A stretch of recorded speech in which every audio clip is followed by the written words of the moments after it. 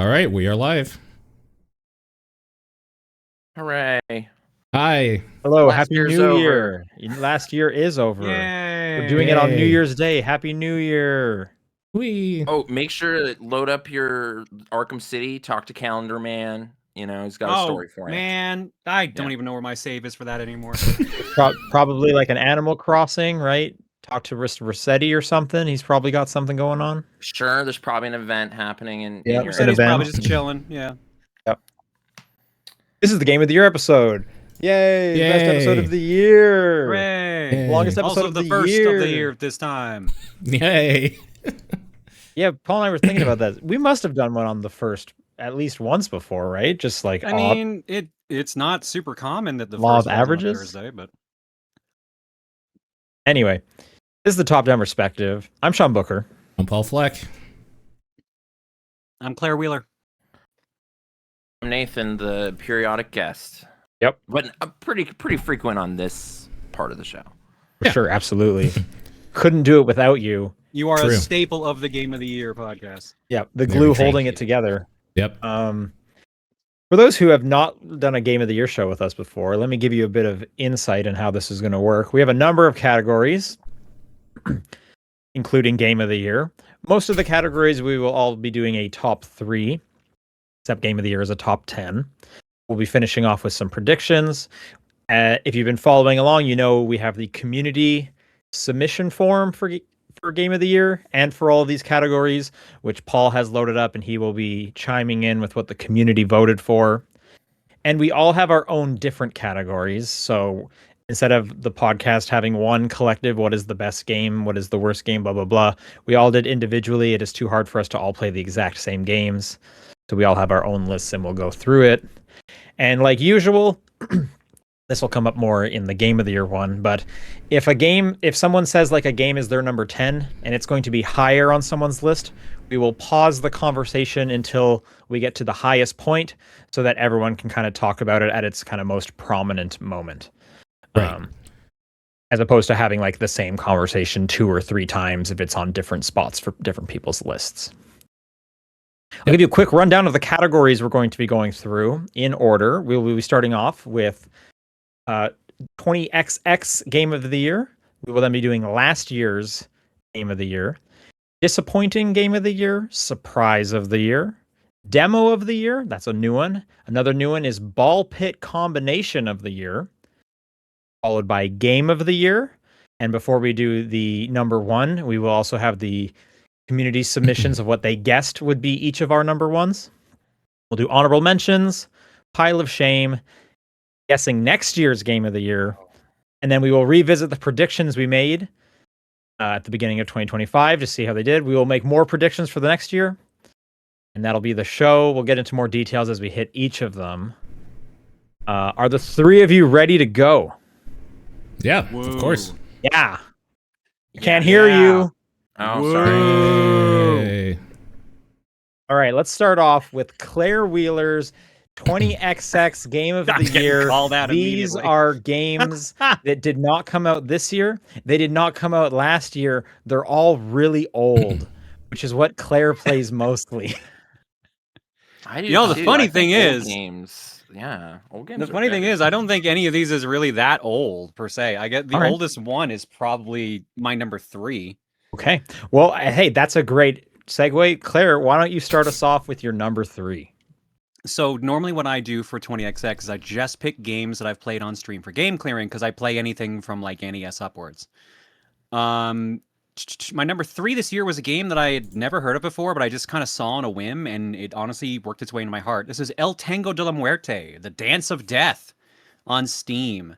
This is Never a heard of this. rhythm telenovela video game where the entire story is told as a telenovela, but is all about a person just learning to dance. They kill dudes. There's like love intrigue. It's just super weird and quirky, but also fascinating. It is a telenovela. So if you've ever watched any of those, you know exactly what to expect. But it's actually a really fun rhythm game too. So high recommendation.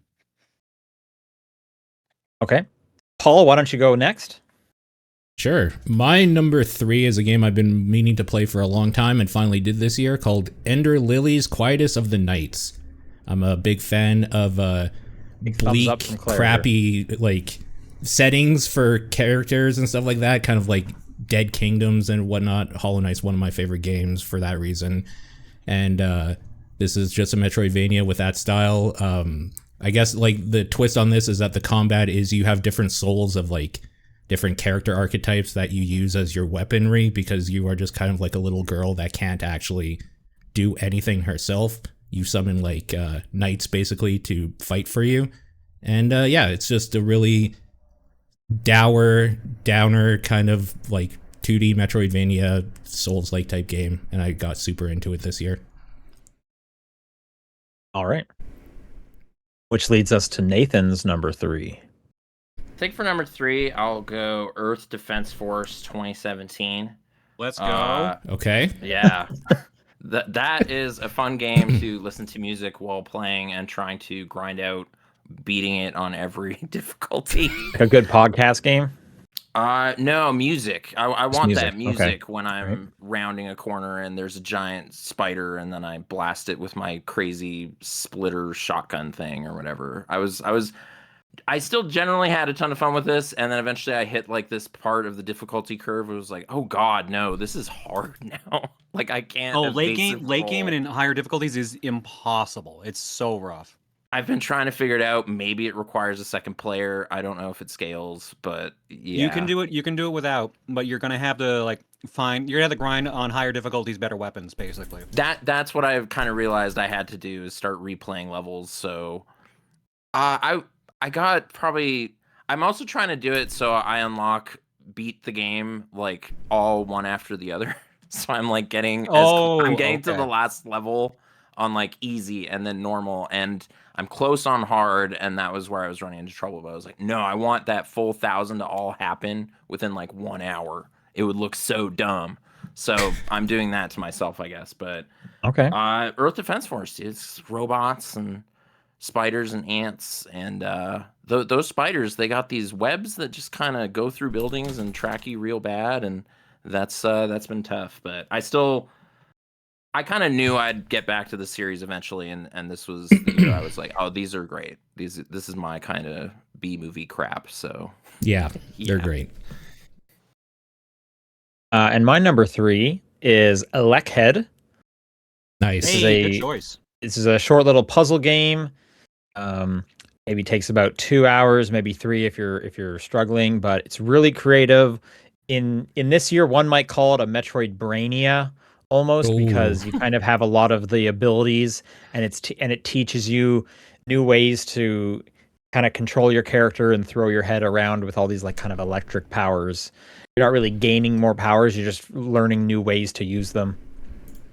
Super charming, really creative level design. And like I said, it's like 2 hours. It's on sale all the time now, so I can't recommend that enough. Did the community have any entries? I don't remember for this. Yeah, the community They should have do. all of the. Oh, Yep. please give us their number 3. The number This is 3 a was a vast- tie between 2 games: Ghost Trick Phantom Okay. Detective and Slay the Princess. Good Okay. choices. Yeah, both Yeah. great games. Absolutely. Always love the Ghost Trick getting a shout out. Yeah, every year somehow it it's gets a shout still out. the only consensus. Well, because it got ever. re-released, it finally Yeah. has a chance to do that. Yeah. All right, my number 2, Yes. Psychonauts 2. Nice. Hell Yep. yeah. Finally so got to good. play through this. That was a ton of fun. I enjoyed it a Absolutely. lot. That music like montage stage is so good. That music montage is real solid. Just the platforming feels so much better than the original did. It just feels like a good natural evolution. And it still kind of fits the feeling and the vibe of the original that's like almost 20 years old now. It's kind of crazy how well it fit together. And that documentary is incredible. So I didn't end up watching that, but yeah, no, the Yeah, actual, no, like, it's I so just played good. the game, and I had a good time Sure. with it. So yeah, high recommendation. Nice.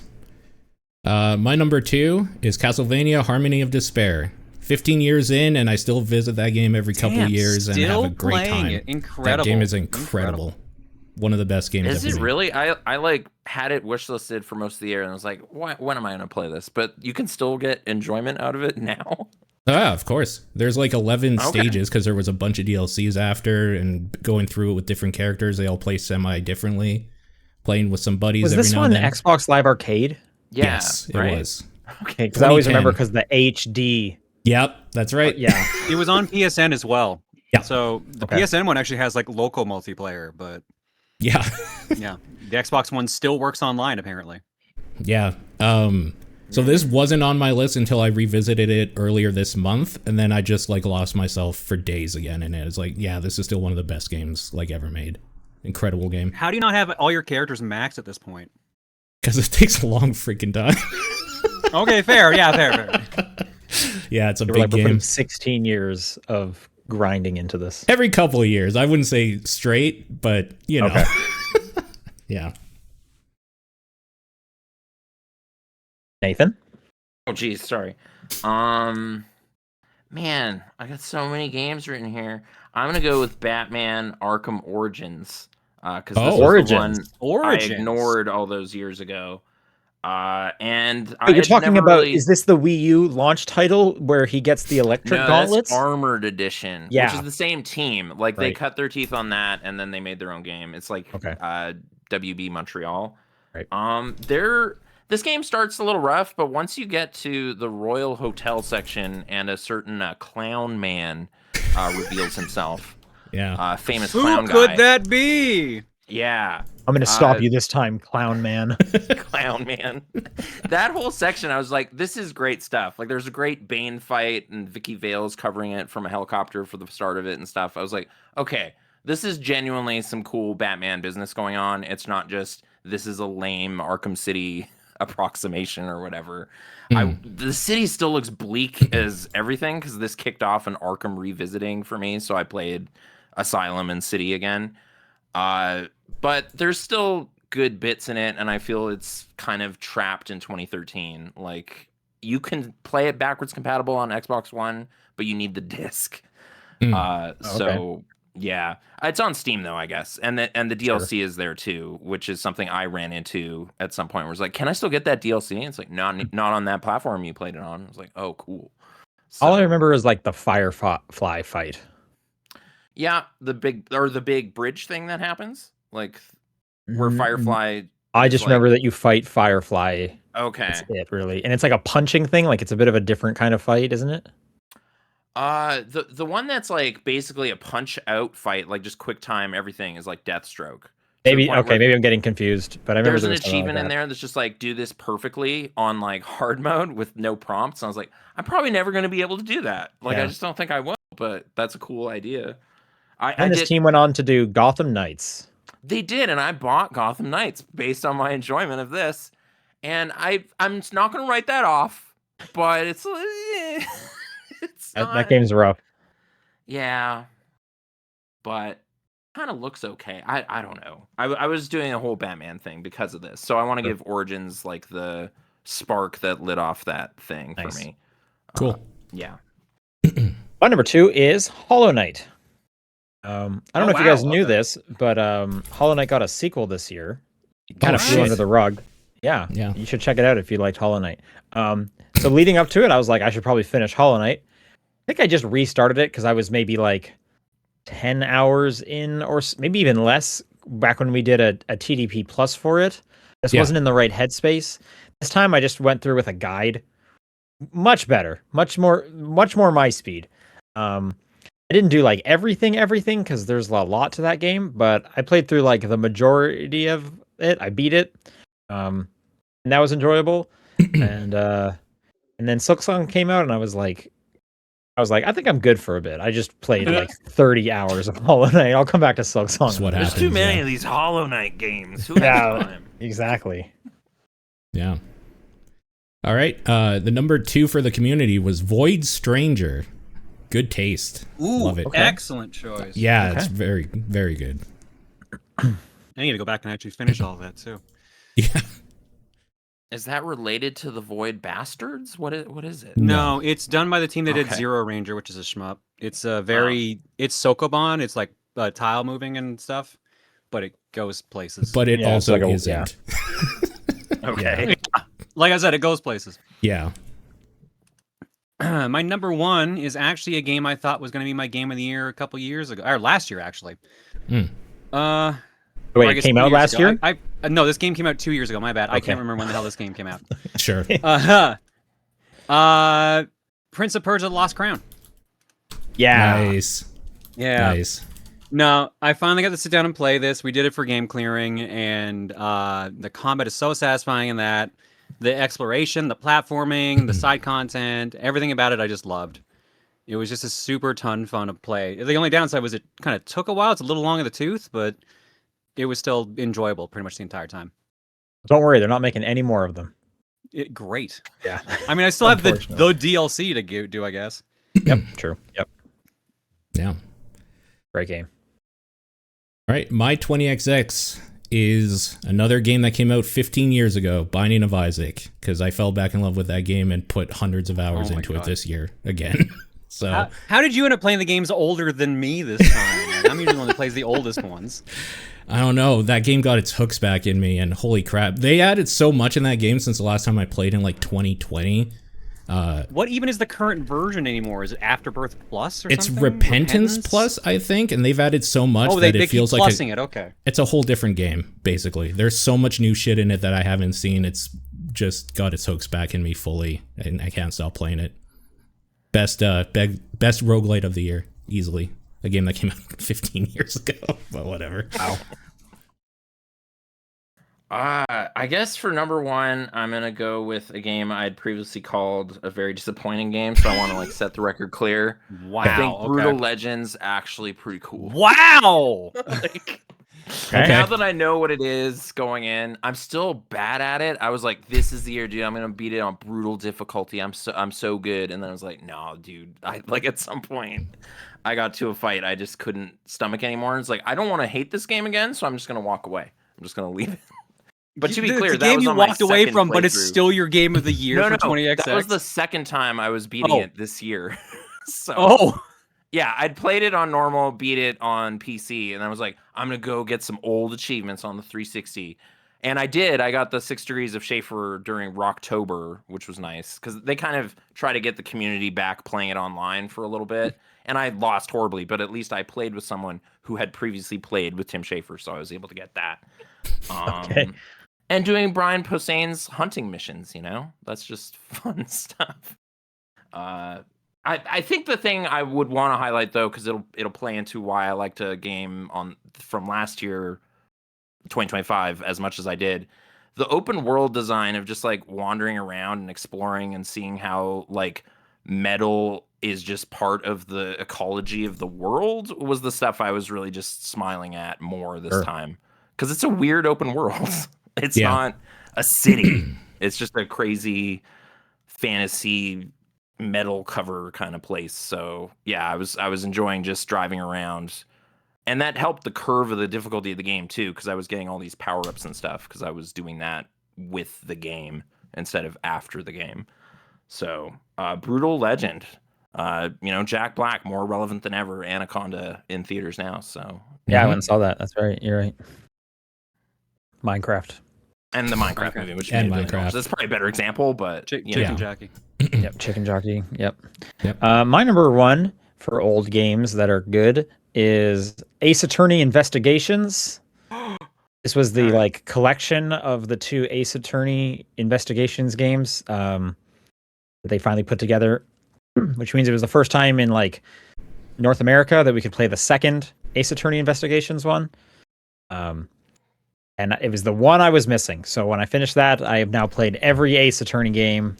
It's bittersweet. I would love for them to make more, but they've also made like a ton of these, so I wouldn't be surprised if they wanted to like put it to bed for a bit.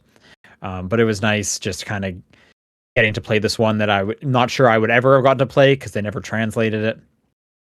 And I didn't want to just like watch a translation online or like download some kind of rip or whatever. I wanted like an official thing. And I love playing those games right before bed, so that was just nice to kind of do through like the entire year. Is played the 1 and 2 back to back.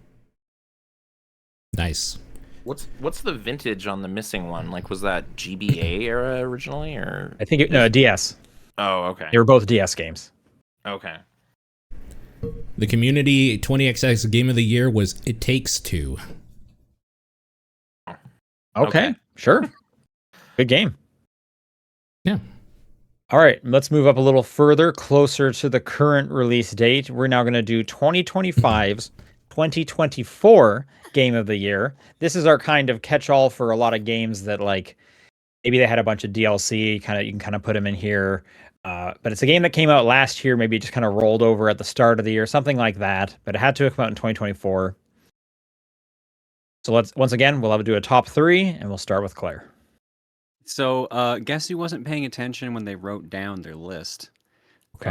Where's some of Because the my 20XX? number 3 is Prince of Persia: The Lost Crown. Yeah, I was kind of wondering because that game was on my top 10 last year, so I know it came out last year. Yeah, Oh. it came out January 18th, so I just completely forgot it was like Oh. the absolute beginning of the year.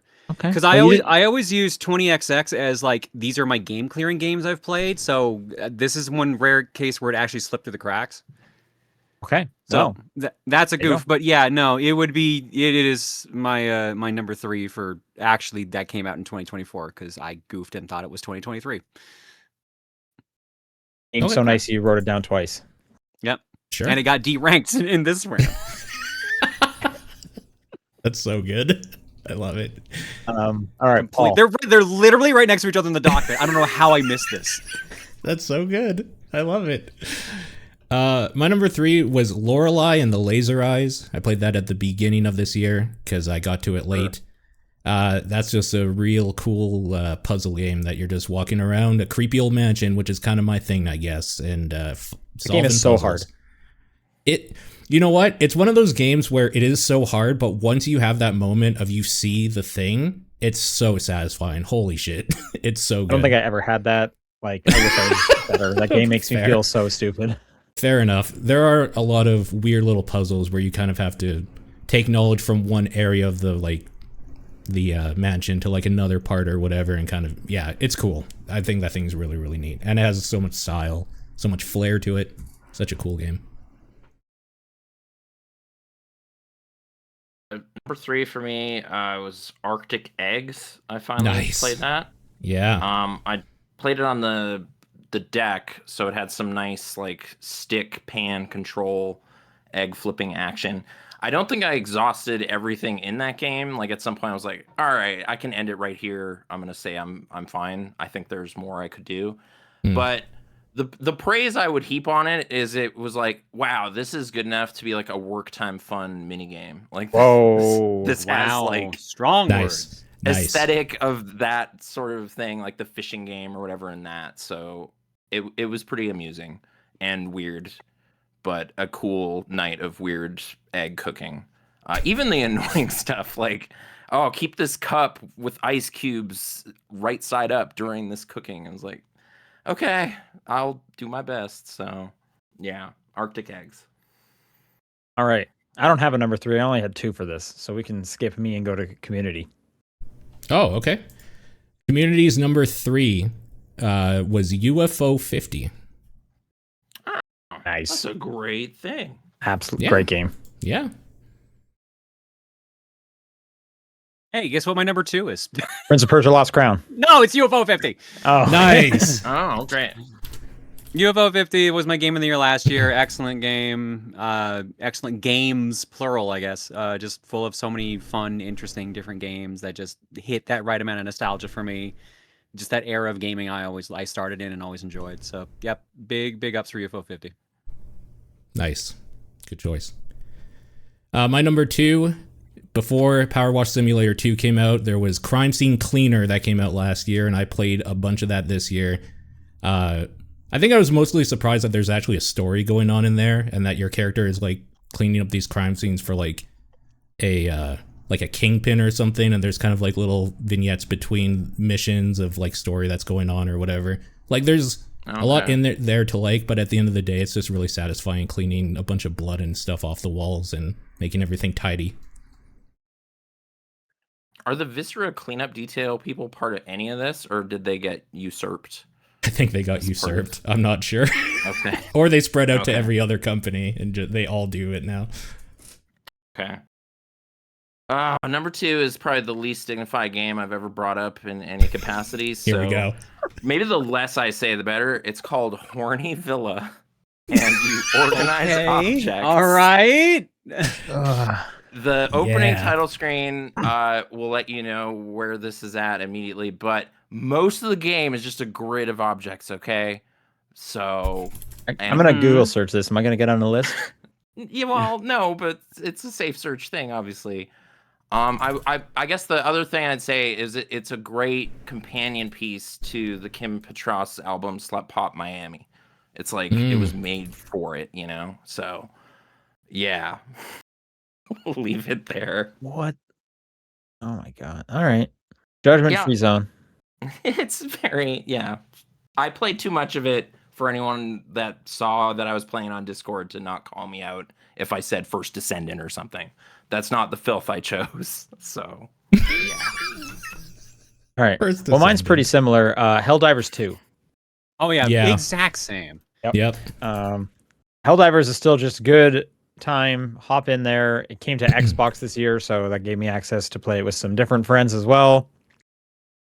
And Helldivers is just still a good time. So I don't know. It was. Yeah. I played a bunch of it last year. Played more of it this year. Cool. The community's number 2 spot went to Astrobot. Okay. Okay. Well, I'm curious what beat Astrobot then. What did Nintendo release last year? Yeah, right? Yeah, that's a good question. I'm looking at my game of the year. Like Astrobot was my game of the year last year, so that's good. Yeah, Here's same my here. guess. I'm gonna just make a Or no, it quick wasn't. prediction of what Yeah. I think the community's number 1 is. Balatro. Okay. Oh, Maybe. wait. I forgot that was last year. That's We'll see. entirely possible. Yeah, we'll see. Well, I know, but we'll see. My 2024 game of the year, which was the game I knew would have taken number 1 had I played it in 2024, Indiana Jones and the Great Circle. Nice. it's so yeah. good. Yeah, I still need to keep playing more of that, but goddamn it, I need a fun ass experience. I just yeah. love Indiana Jones. I love that entire like mythos and everything, and just that game captures it so well. Troy Baker does such an amazing job as Harrison Ford. It's just so good. Yep. I'm just exploring around, throwing like baguettes at people and stuff. I love just hitting a dude in the dick with a guitar. It's great. Sure. Yep.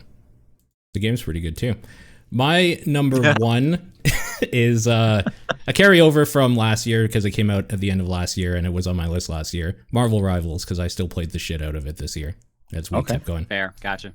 Yep. Nice. Good game. Yep.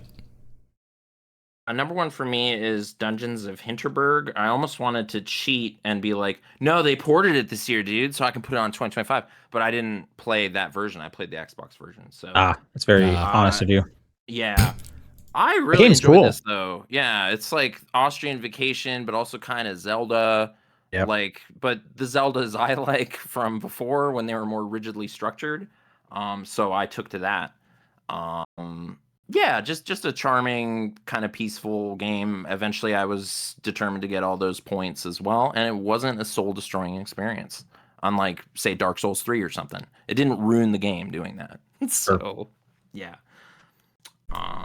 But it's available on PlayStation products now too, so more people should play it.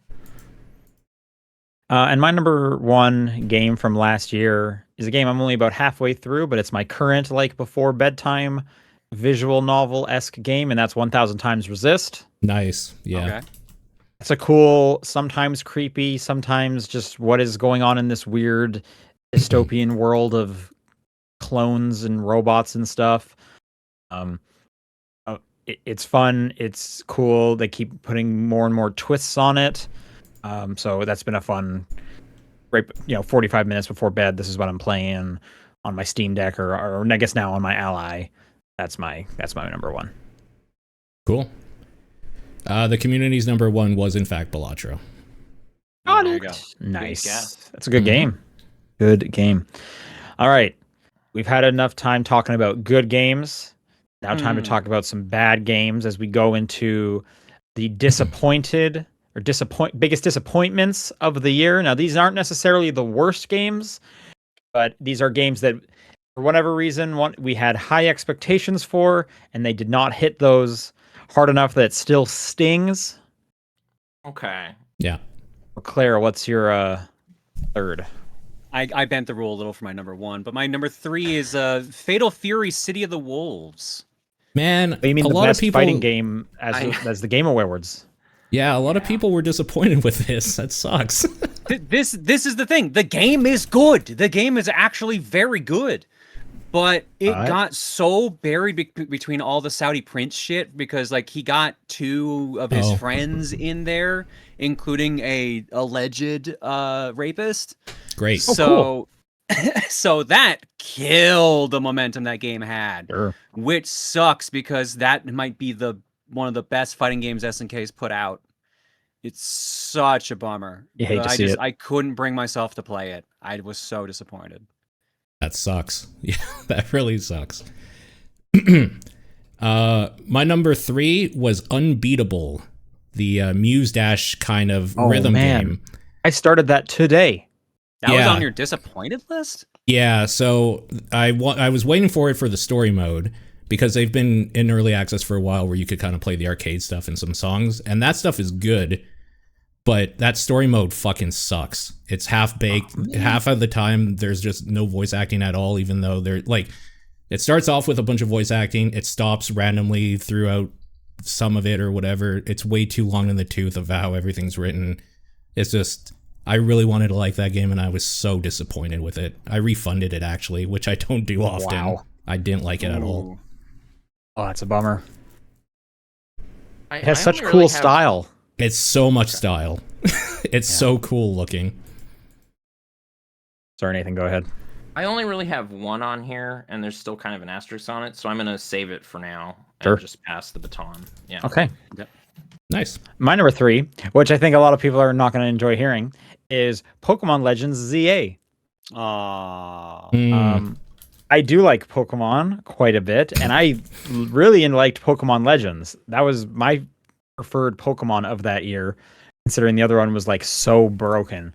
So a sequel to kind of one of the first times in a long time, and the Pokemon team has tried to do something new.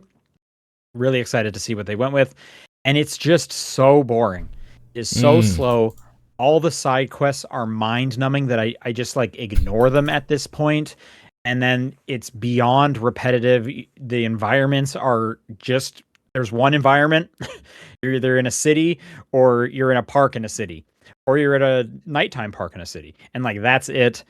Yeah. It's just every turn. It was just like this. It's just a reminder of just how like unappealing this game was. And that's a real bummer because I had really high hopes going off of the first Legends game. Yeah, I understand. That's fair.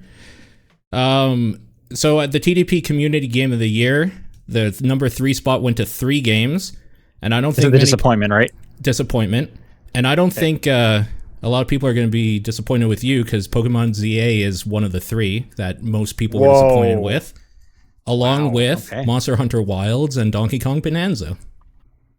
Oh. Okay. Oh, okay. All right. Kind of crazy. But you know, I'm just gonna. I haven't seen the results, by the way. Paul's the only one who's seen the results. I'm gonna guess some of those games are on the top 10 though for the community, regardless. Oh yeah, no, there's no way they're not. That's the fun thing about this. Yeah, That will happen with my disappointment as well. Like, so. Oh, I think I know what your disappointment is. Okay. Oh Okay. no. Oh no, I thought about that, but I didn't. Do Okay. that. I'm assuming we're talking. Sorry, this is terrible audio. Let's move on. Yeah, we'll talk about it after. Not great video either, to be fair. Oh crap. All right, my number 2. This was a game that I only heard about this year. This was a game I actually got paid to stream, and it was probably one of the worst paid streams I've done in a while. Bubble Bobble Sugar Dungeons. The way you talked about that makes sense. Yeah. Yeah, so I really like Bubble Bobble. And Bust a Move. I played a bunch of this series over the years. They promised a port of one of the highly requested games, Bubble Symphony. I was excited for that. The port of Bubble Symphony had major audio issues and just kept lagging and just felt awful to play. The main game, in the hour I was asked to play it, I didn't even get to the fun parts of it, because I had to grind out items that were random drops from enemies in a Bubble Bobble game. Fun. In a Bubble Bobble game where I only had one life, and if I got hit, I had to fail and restart the entire thing and lost what I picked up. It was just a mess. Just terrible, terrible first experience. I played it a bit after the segment and got to the more fun stuff. But man, that just left such a bad taste in my mouth. I just couldn't stand it. So that's my number 2 easily. Yeah, that's fair. All right, for my number 2, the thing I come to Black Ops for every year that it's out is I like that story, and the fact that Black Ops 7 has a story mode that is meant to be multiplayer only, online only, and just that thing is a piece of shit. Like I'm so You get to annoyed. fight a giant Michael Rooker. It doesn't matter. It's fucking garbage. Okay. That's such a disappointing game and story mode, and just so thrown together. And I think it just bothers me that this is kind of the future probably of that series, of they know that people mostly care about the multiplayer, so fuck the stuff I like from that series, I guess, completely. Great. Sure. Awesome. Sure. Baton pass again. Right. Oh, yeah. My number 2 is Lost Records. If people don't remember this, it's kind of a Life is Strange-like that they put out in 2 chunks. The story goes absolutely nowhere. It is so disappointing. The cliffhangers either don't make any sense, they string it along for way too long to a nothing reveal, or they string it along so long that and the reveal is the most obvious thing. You're wondering, why did you save this? Keep in mind, it's episodic over the course of months, so it was like a 3-month wait to see what this was, and it was the most obvious. Like, it is ridiculous. Which is a bummer, because I think initially it kind of starts off strong. I like the setting. I like these teen girls in this small town. They have a band. You're playing as the person who's making like the music videos. Like these characters are good together. There's good characters, and then they just do nothing with it, to almost like an offensive way in how like disappointing it is. I was pretty shocked. That sucks. The number 2 most disappointing game from the community was Mario Kart World. Ow. Okay. Oh, you know what? That's actually probably what I should have put on my list. Yeah, I was thinking about it. An extra jab in So there. just went to Mario Kart World. I just forgot I even played it. I mean, that's pretty bad as it's, Yeah, saying something too. Maybe that is my actual number 1, because my number 1 I have written down is for different reasons. To be fair, you haven't said it yet, so you can change it. Nothing has been on. No, I'm committed to this. Yeah, I'm committed to this. right. And those who have known me long enough know exactly the words I'm about to say. Kirby's Air Riders. I hate that game exists. Okay, let me ask you a quick question though. You Yes. went into this knowing you weren't going to like it though. So is it a disappointment, or did it meet your I'm expectations? disappointed that it exists. That's a different thing. Okay. That's why I said There you I'm go. bending the rules on There this. you go. That's why I said this is a Sakurai. bend of the rules. Okay, all right. I will even admit, for all like the PTSD I have from the original game, I gave it a genuine try. I gave it a genuine try and found it boring as shit. I couldn't stand it, so I stopped playing it. Sure, Mario Kart World is less interesting, I would argue, in some senses, but like, nah, man, I can't believe this even came out at all. I know it's a good game. I know people are allowed to like it. I'm sure that's going to be very high in the community top 10, but I have a personal chip. Yeah, on my these are shoulder personal with lists. this now series. So Whole point. Yeah. The improbability of it, though, is But yeah, also Mario Kart magic. World really does also deserve to be on that. You just got to get that in there. Yeah, Completely blanked. I mean, he's right. Yeah, or she's right. It totally does. All right, So Paul, does what game hurt you the most this year? Hotel Barcelona, because that's supposed to be the perfect game. Oh, Yeah, I remember when I met so Swery, he said disappointing. it's the perfect game. It's supposed to be the perfect game because Suda51 and Swery. I'm just convinced Swery can't make a good game at this point. Like, that game is such shit, and I tried so hard to give it the benefit of the doubt. I played it for hours, and I hated every minute of it. It's so bad. That's rough. Yeah, it just plays like I still absolute have it wish trash. listed just as a thing to look at, but what's the nature of it even? Is it side scrolling or? It is a side-scrolling Like a beat 'em up, kind of. beat 'em up roguelite sort of thing that gets Yeah. easier as you get upgrades, but it just plays like trash. Like the movement doesn't feel and very the good, combat, yeah. everything about it just feels like trash, and every death feels I mean, it's a bad. sweary game. Really cool concept, fun characters, and then you don't like playing it. Honestly, yeah, like a lot of style and stuff. The conceit of it is you go through a stage and then you die, and then you do go through the stage again, and your ghost is also going through the stage of what you did before. But the problem so sometimes it's kind of cool, but the problem that it kind of gives is that you're basically wanting to die on purpose in certain ways so that you can like make the fights easier for you later, because everything just controls like shit.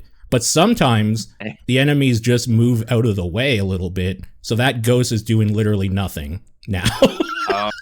Like, So yeah, I don't know. rubbing your face and that you wasted time on this ghost run or whatever. I have to give it to them. They're trying something new. They are trying something new, and they failed incredibly at it. But yeah, I mean, what a disappointment. Holy shit.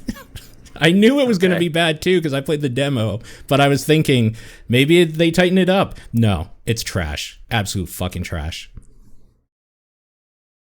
All right, Nathan, only one game disappointed you this year. I know. I feel bad even having it on here, so I put an asterisk and then in brackets, sorry. Recreation. Hey, I'm with you.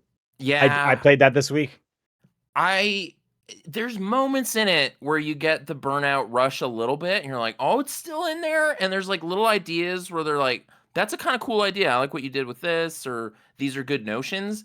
But that world just feels like this vast, empty nothing that maybe is hoping players put ramps in it and stuff. Like, it starts so cool with like a ready built ramp race. And I was like, oh, is this going to be what this is? It's going to be awesome. And then it's like, no, there's like giant roads, and somehow every time you're driving down the road, all the billboard ramps are pointing the opposite way I'm currently driving, and I don't know why. It's just like, oh, I can't even like stunt run this really, because I'm just searching for another event, but I can't even do ramps well. So I don't know. I still put in some sessions, still have hopes that I'll squeeze more joy out of it, but it's like sad that it's probably not gonna ever get to be iterated on, and I don't know. And well, what's also really sad is because it's Three Fields Entertainment, and it sounds like this game like closed the studio, like was make or break, and it broke. So for those who don't know, this is a lot of like ex-Criterion people that worked on Burnout, and they were slowly making kind of racing games and more, and this was supposed to be kind of the Burnout paradise. Yeah, and it you kind of see launched enough of it. It's like, oh, it's like 60% or something, but also like it looks like it's not finished, like graphically. All the music, it seems like the most royalty-free music you could possibly find.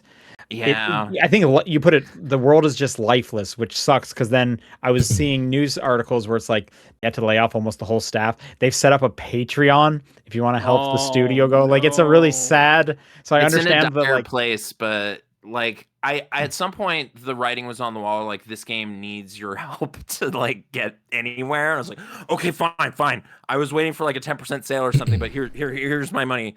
Like, please don't die. And then it's like, no, I think you can't help it. Yeah, no, I played it a bit and I was like, this is just like kind of boring. They even have like from Burnout Paradise, they have like where all like the like black cars come in and you knock it off. Like they're trying to do Burnout Paradise, but you're going up against one of the best racing games of all time, as far as I'm concerned. Like, yeah. And I keep replaying that game relatively recently. So it's like, oh, it's been like less than 18 months since I last played Burnout Paradise. So I like know the ways in which this is falling short. Even just dumb stuff. I was like, I'm pretty sure the rumble isn't working, and I want that to work when I'm in a road rage and I'm smashing everybody. I need my controller to be going crazy, and it wasn't. So yeah, it is sad. It is definitely sad. Yeah. All right, so my number 2 was a Life is Strange-like game that disappointed me. So my number 1 is the Life is Strange game that came out this year, Double Exposure. This was the big, like, hey, we brought Max back. It's years later. She's off to college. Everyone liked Life is Strange 1. It had Max. Let's bring her back and do it again. And this game the story feels so much like they were halfway, like they wrote it, they developed half the game and was like, crap, we need to like tie up, this game is getting too big. We need to just cut some of these stories. There's like some crazy plot points that they do absolutely nothing with. Like, I'm gonna do some light spoilers. If anyone is that interested in Double Exposure, but I have to talk a bit about the story because it's such a story game. So anyone on the call, if you want to take your headphones off, that's fine. Anyone listening, jump ahead a few minutes. So the whole thing with Double Exposure is you've kind of split reality in two, and you can hop between both the realities. Okay, that's the Double Exposure. But then there's this whole thing about like, there's this cop trying to figure out what's going on, and he's like the bad guy, and he encounters like himself from the other reality, and they touch, and he gets erased from existence. Like he never existed at all. They don't do that's halfway through the thing, and they never bring it up again. You literally erase someone from existence, and none of the story just does not even touch on it ever again. It's ridiculous. Because they erased him from the plot too. Like everything about it makes absolutely like he was like the if you go back and replay the game, not even there. It's ridiculous. It's insane. And then the weirdest thing at the end, at the very end, this is the end credits scene. During the thing, you make one of your friends like kind of turn against you, and she's really angry, and she storms off, and she has like a different power or something like that. I can't remember, but it's literally a Tony Stark Iron Man. Hey, we're building a team of supernatural teenagers to fight Max. Okay. Oh man, what on earth are you doing to this like slice of life? Small town thing? No, there's a team of psychic 20-year-old girls and stuff. Maybe your favorite brothers from Life is Strange 2 are going to come back and fight. Yeah. It's like, what is this superhero thing? Like, what? I'm not going to lie to you. You sold me on this game. No. A little bit. I was more interested. Wait, they made Max the bad guy? Donnie Darko. Yeah, now you're saying Southland Tales is where they're going. I'm like, it's a villain origin story, apparently. Hell yeah. I love Max. It is so...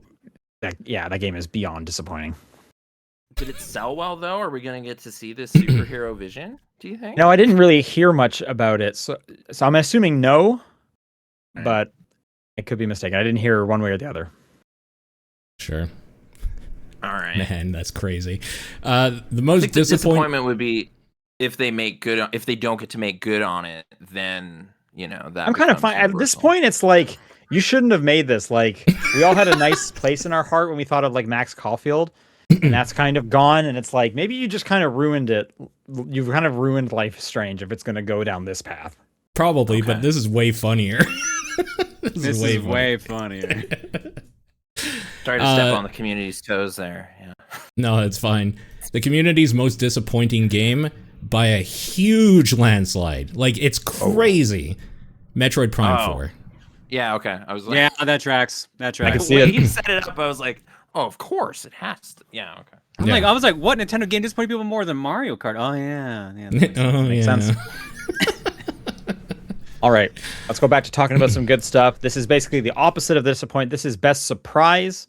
So it's a game you didn't have much anticipation for, maybe you didn't know much about, and it just kind of blew you out of the water. It surprised you in some way. Claire, start us off. Number 3, Blueprints. Oh, I didn't know you played this at all. I did, actually. I've streamed it and everything. Nice. Genuinely enjoyed this game. Actually, super cool. I had no expectations. Like, I was hearing like good buzz about it. The little bits I saw, I was like, oh, this kind of got like mist-like energy to it. And then just playing it was just like an absolute delight. I never got super far in it, but like what I did play, I just genuinely enjoyed. It was cool seeing how much world building was in there for a game that's just basically a roguelike. It was just, I just liked it a lot. So yeah, Blueprints, easy, number 3. Nice. My number 3 is Baby Steps, because as somebody who doesn't generally like the what was the getting over it or Jump King style of like you have to do weird physics type shit, I think Baby Steps is basic enough in how it plays that like it's actually kind of enjoyable, and it's just... So the writing is so funny. I didn't get enough of the writing. I spent 2 hours trying to climb a little hill to get a cup, and that was great. That was an amazing experience. That sounds about right. I loved it but there's because... some writing at the beginning, which is pretty good. It's pretty good. Yeah, Jim is kind of weird, and he tells you keeps should probably... coming back. just go behind the bush and pee or whatever. Yeah, he seems like a nice guy. I hope. I guess we'll see. But yeah, so like that game at the very beginning was very hard to even just walk normally, and by the end of that 2 hours of climbing that hill, I have like mastery of that walking now, and it's going to be. I'm excited to see what fucked up shit they make you do. I don't know if you have mastery of walking. They're No, gonna I totally ask you to do. some weird stuff. So. No, the obstacles for sure will be hard, but the way like the physics work, I understand now. Like I wrapped my head around.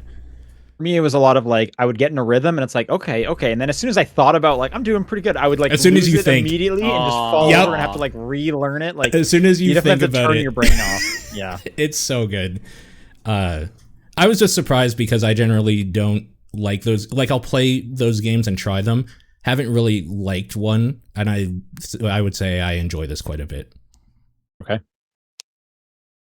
I kind of had to flesh out my number 3, so there's an asterisk on this one in that I haven't played it. But Shadow Labyrinth, what a Sure. Oh, thing yeah. they created. Yeah. You know? Yeah. I need to play that. Like I didn't finally got know to play existed. that on Saturday. Is It's it not- incredible? no, It's a Metroidvania that kind of looks and animates like a Flash game, but like it's also sort of Souls-like because No, there's like a I stamina almost bought bar. it a few days ago, and I watched the trailer again. I was like, "Oh, this looks so horrible." Yeah. it's I still wanna I just look at love the dumb idea of it, and I probably will play more of it. But I didn't realize it was like a 30+ freaking hour Metroidvania though. not like- good. Like it's almost the length of like Hollow Knight, which is insane. That's insane.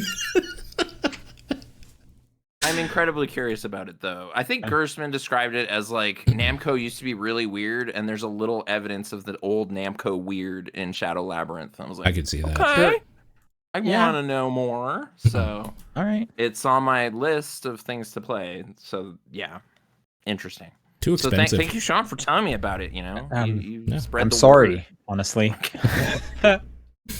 All right, my number 3 surprise is Lego Voyagers. This is a Hazelight like It Takes Two like co-op game where you can see your other your partner as you're kind of playing through it, but you play as like little Lego pieces, little like 1x1 block Lego pieces.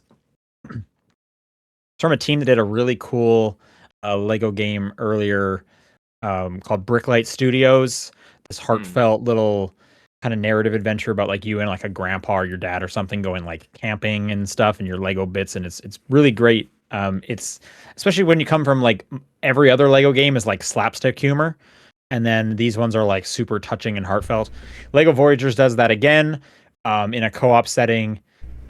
Just kind of surprising to see it. It seems like a lot of games are starting to do this kind of co-op setting. Like 2 or 3 of them were announced at the Game Awards. So I'm kind of glad it's not just Hazelight that's doing it. And that was my number 3 surprise. Cool. The number 3 surprise for Community Game of the Year was Sonic Racing Cross Worlds. Yeah, Oh, that okay. ended up being actually pretty decent. Yep. I am nothing if not consistent, so I took this in maybe not quite the direction as per usual. Number 2 is Kirby's Air Riders, because why does this Yeah. exist? Sure. Yeah, All right. no, I can't believe that got a sequel, especially like 20 years later or something like that. I watched I'm glad Sakurai's I'm glad Directs. Sakurai's out Yeah. of like the Smash Mines. Yeah. But also, why was this the first thing you wanted to make after finally escaping the Smash Mines? I don't get it. That's got to be like major passion project for him at that point. I'm sure it is. Yep. Yep. For my number 2, I don't necessarily know if it's a good or bad surprise, but Horses was one of the more surprising games I played this year in a lot of ways, I would say. And I played a game this year that Okay. was taken off storefronts for bad things, I'll say triggering things on it that a indie dev put out. So when I played this, I was a little surprised that this got a bunch of talk and it had very similar themes going on in some of it. So that was interesting to me. Horses is weird. That's a weird ass game. So number 2 for me, like when you said Sonic from the Community, I was like, oh, because Sonic Rumble. I mean, that's what I was. Oh, excited Okay. I heard that was terrible. I did not hear the Well- greatest about that either. I had a fun time, and it's also just kind of like sort of like Arkham Origins sparked up some Sonic vibes around here. Also, like in a Uh, bad way as opposed to a good way. No, because I enjoyed the things I was doing. Okay. It reminded me that I like 3D Sonic games, and Sonic Adventure 2 is actually good. So now I'm like no. reinvestigating the whole timeline. It's like, well, my friend gave me Black Knight. Maybe this is secretly good. I don't know. Hey, BioWare worked on this. It's probably like Mass Effect. There's that one Yeah. too. I'm curious about that. I was just saying today at breakfast, like they're never gonna make another game. Like BioWare will never make another one of these. This is just what it is. Even They if might it's never 4.5. make another game, period, the way they're going. At all. So. Yeah, yeah. So One of them, he turns into a werewolf. I wanted that one. I was looking. Sonic Unleashed though is available easily on digital storefronts. So Thank God. that's not a big Honestly, deal. Mhm. Yeah. No, more 3D Sonic to come in the show, but Sonic Rumble was the game that reminded me that this stuff's my jam. So all right. yeah, Sonic the Hedgehog, and all of his friends, except maybe Big the Cat, because he would be really big in this game. But In the Rumble I one, assume he Make has him to be tinier. They could make him just the cat. sure, regular the cat. regular But cat. man, fishing with that guy in another game, that Yeah. was a highlight of 2025. Sure. But we'll save that. We'll save it. My number 2 is Absalom. Okay. This Yeah, game just good kind of came choice. out of nowhere, and it's so good. Like, it looks so good, it sounds so good, it plays great. And I just didn't know anything about it until it just kind of had launched out of nowhere, and people were kind of praising it. And I'm not even like huge on the beat 'em up front. I'll usually kind of play through it once and I'm done. This I just kind of keep playing, because it's more kind of roguelike than a lot of the beat 'em ups. But it's just such a tight and good presentation. And yeah, I've just enjoyed all of it. Nice. The community had a 3-way split for number 2 between Blueprints, Peak, and Expedition 33. Okay. Okay. Yeah. Again, more of a concept than anything else for my number 1, but it still is tied to games. Did you know that 3 Ninja Gaiden games came out this past year? Yeah, true. I knew 2 had come out. That series was dead for like, I don't know, like a decade, and then they're just like, here's Ninja Gaiden Ragebound, here's Ninja Gaiden 2 Black, here's Ninja Gaiden 4, all in the same fucking year. So Right, I that was guess a that was lot a of series. Ninja Gaiden in one fucking year. 2 Black, a new thing, but you're right, it is. That's the one I Yeah. couldn't think of, but yeah, that's a lot. Yeah, because 2 Black came out in like the first or second week of January, so like it was an early drop. Yeah. Yeah, But yeah, that's no, true. just one of my favorite series coming back that strongly was kind of crazy. So yeah. Nice. Yeah, Beastin'. it's awesome. My biggest surprise of the year is, because I mocked it, Nintendo Switch 2 Welcome Tour was chock full of No, stuff I had a dude, lot of come fun with. on. Holy shit, what a great Let me thing. pause you there for a second, because that's also my number 1. Oh! Kidding me? Yeah. It is I really haven't played it, surprising but how I like fun being that in this is. Weird bubble. Welcome where Tour people is like that game. awesome. Yeah. And it is the definition of surprise, because no one thought anything of this, and then they charged money for it. Me included. And, I like- talk so much shit on here. You can go back and see it. And like, you're following the footsteps of like Wii Sports, Astrobot's Playroom, like some all-timers, and then and those are free. Welcome Tour is really cool, and there's a lot in there. Yeah. Absolutely. Yeah, that thing's cool. Keep it earmarked then. Number 1 for me, this was like the purest Game Pass experience I guess I may have ever had. Where it's just like, what's new? Ooh, bikes, and then just played Wheel World, and I was like, Sure. this is so fun. Lowards Like, great, and Dungeon the Hinterberg team, so there you go. Well, Messhoff, it's the Nidhogg people, which I thought. Oh, was you're hilarious. right. Maybe it was the same publisher. I know there's some overlap or something. They vibe very similarly, and I played them right around the same time. But I just that Nidhogg's like next notion was like, what if there's a big open world bike game? And it curtailed off of what I was saying about Brutal Legend, where it's like this weird world that's all about bikes. Yeah. Like, it's just like, oh, there's just giant bike parks that are part of the city or whatever. Like, it's just kind of weird. But yeah, zero knowledge that existed, and then just a delightful open world racing thing. So very happy. Real with world is that. cool. Nice. Okay, and yours was the same. So the community most surprising game was Hollow Knight Silksong. I'm guessing just the fact that it actually that came it out? existed. That it Yep. finally came Maybe, out. yeah, okay. Yep. So the Kirby Air Riders logic then. Kind of, Um, yeah. Wow. For Look at players, that. yeah. Can't believe it exists. Yep. All right. We come to our first unique category for this year, one we haven't done in the past. This is best demo of the year. So you played some non-finished version of the game, possibly, and that left an impression on you. New one for us. We're going to try it out. Claire, start us off. All right, I only have 2, so I want. Okay, so we'll come back around for you then. Paul. Okay. So my number 3 was a game called Love Eternal, which I think comes out this year. It's an indie game, and it plays like VVVVVV, and it has horror elements in it. So, Okay. yeah, I can't wait for that thing. That thing seems real cool. And story, like the story seems like it's going to be pretty cool in there too. Really impressed with that thing. This one threw me initially, this category, because I kind of didn't realize, oh yeah, I bought all those games, so they don't really think like demos anymore. But I guess they were good demos because they sold me on the Yep. game. Hmm. So number 3 is called Break the Empire. I would describe it as kind of Vampire Survivors-esque, but it's like an RPG. Keep in mind, this is a one-person team, Hmm. so it's very rudimentary looking. But when I played the demo, I was like, this is actually kind of like you get to build your character out a little bit as you're going, and eventually you're doing Vampire Survivors type stuff, but you've governed it a little more, I felt, as it was going on. So I don't know. I found it charming, and very independent game. Like it's like, oh, this is like one person. Sure. So it's like I gave a guy $5. There you go. You know, but yeah. This category also threw me for a bit because I don't typically play very many demos. Same. But as I thought about it more, and this is a bit unique to me out of the 4 of us, is that I go to a lot of preview events, which are basically demos. I was going to say, So- you play a lot of them all the time. Yeah, What do you mean? But initially, it was like I don't really sit down on my computer, download a demo off. No. I don't do like Steam Next Fest stuff like that, and that's kind of where my head was at initially. But as I thought about it more, I thought about I can put the preview events. So mine's going to have a bit of a different flavor because there's kind of more things impacting me. So I'm going to actually start off number 3 with Hotel Barcelona, which Yeah. it was the first time I played it, and I did think, I don't think this is going to be very good, but. Swery was right beside me, and then I got a photo with Swery and got to talk to him.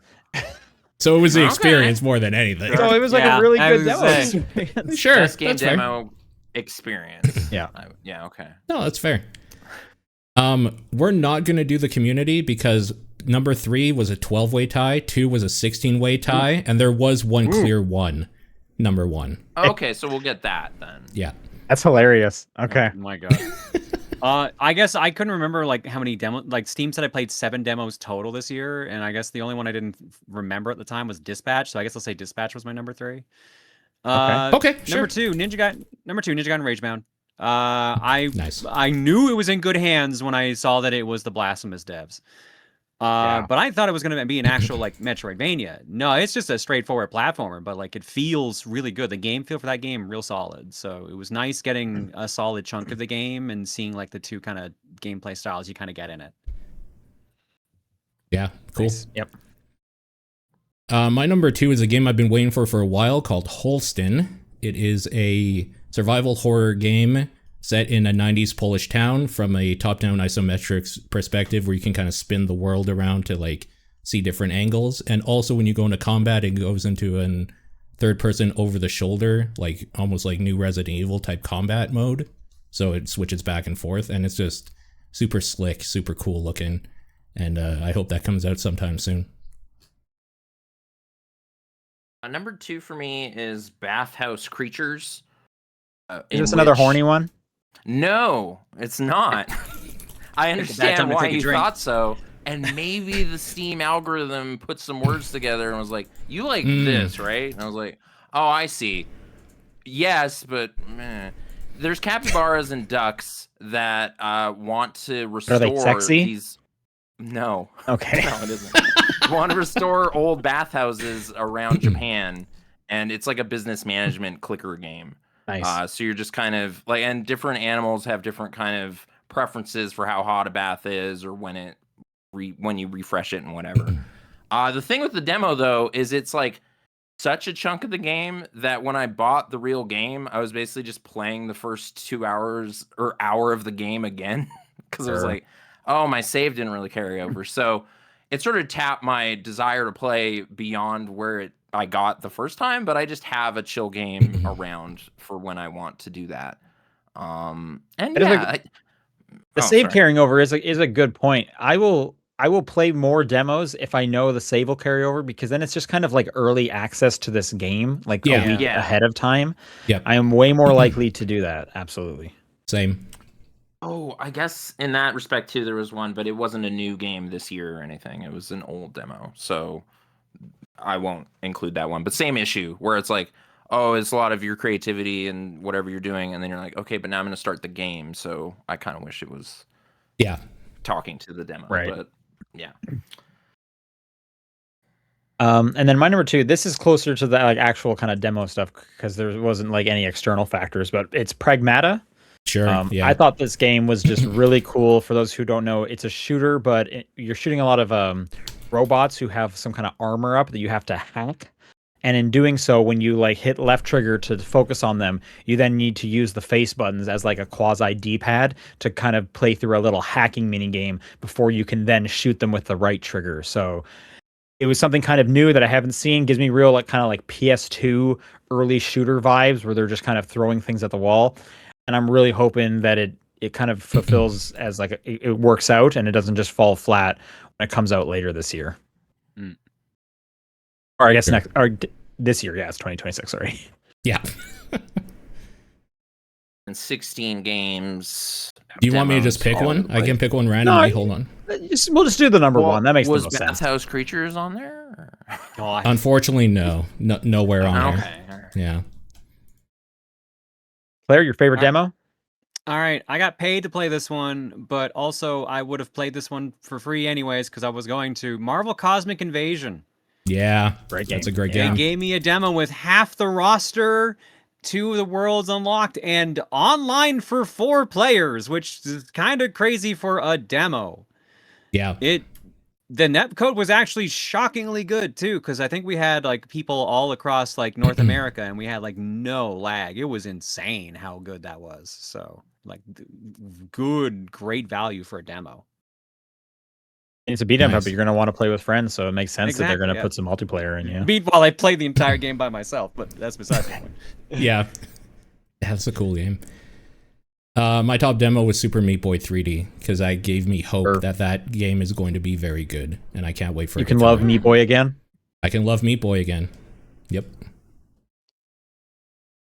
Number one for me, it's a demo that sold me on getting on board in early access, but it's called Apocalypse Express, which I would say is kind of like if Lovers in a Dangerous Space-Time let you just do everything, because it's Like like without a train, friend? without a friend or wife to like have to maximize patience to play. And it's like, all right, don't worry about it.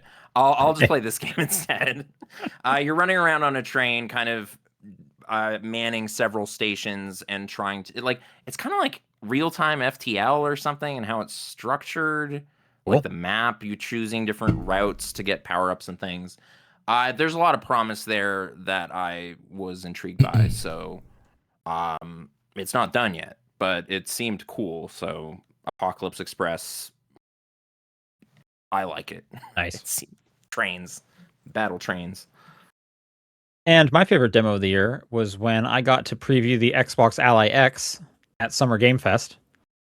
Sure. Okay. What was extra cool about this is I didn't know I was doing it until like pretty much like an hour beforehand.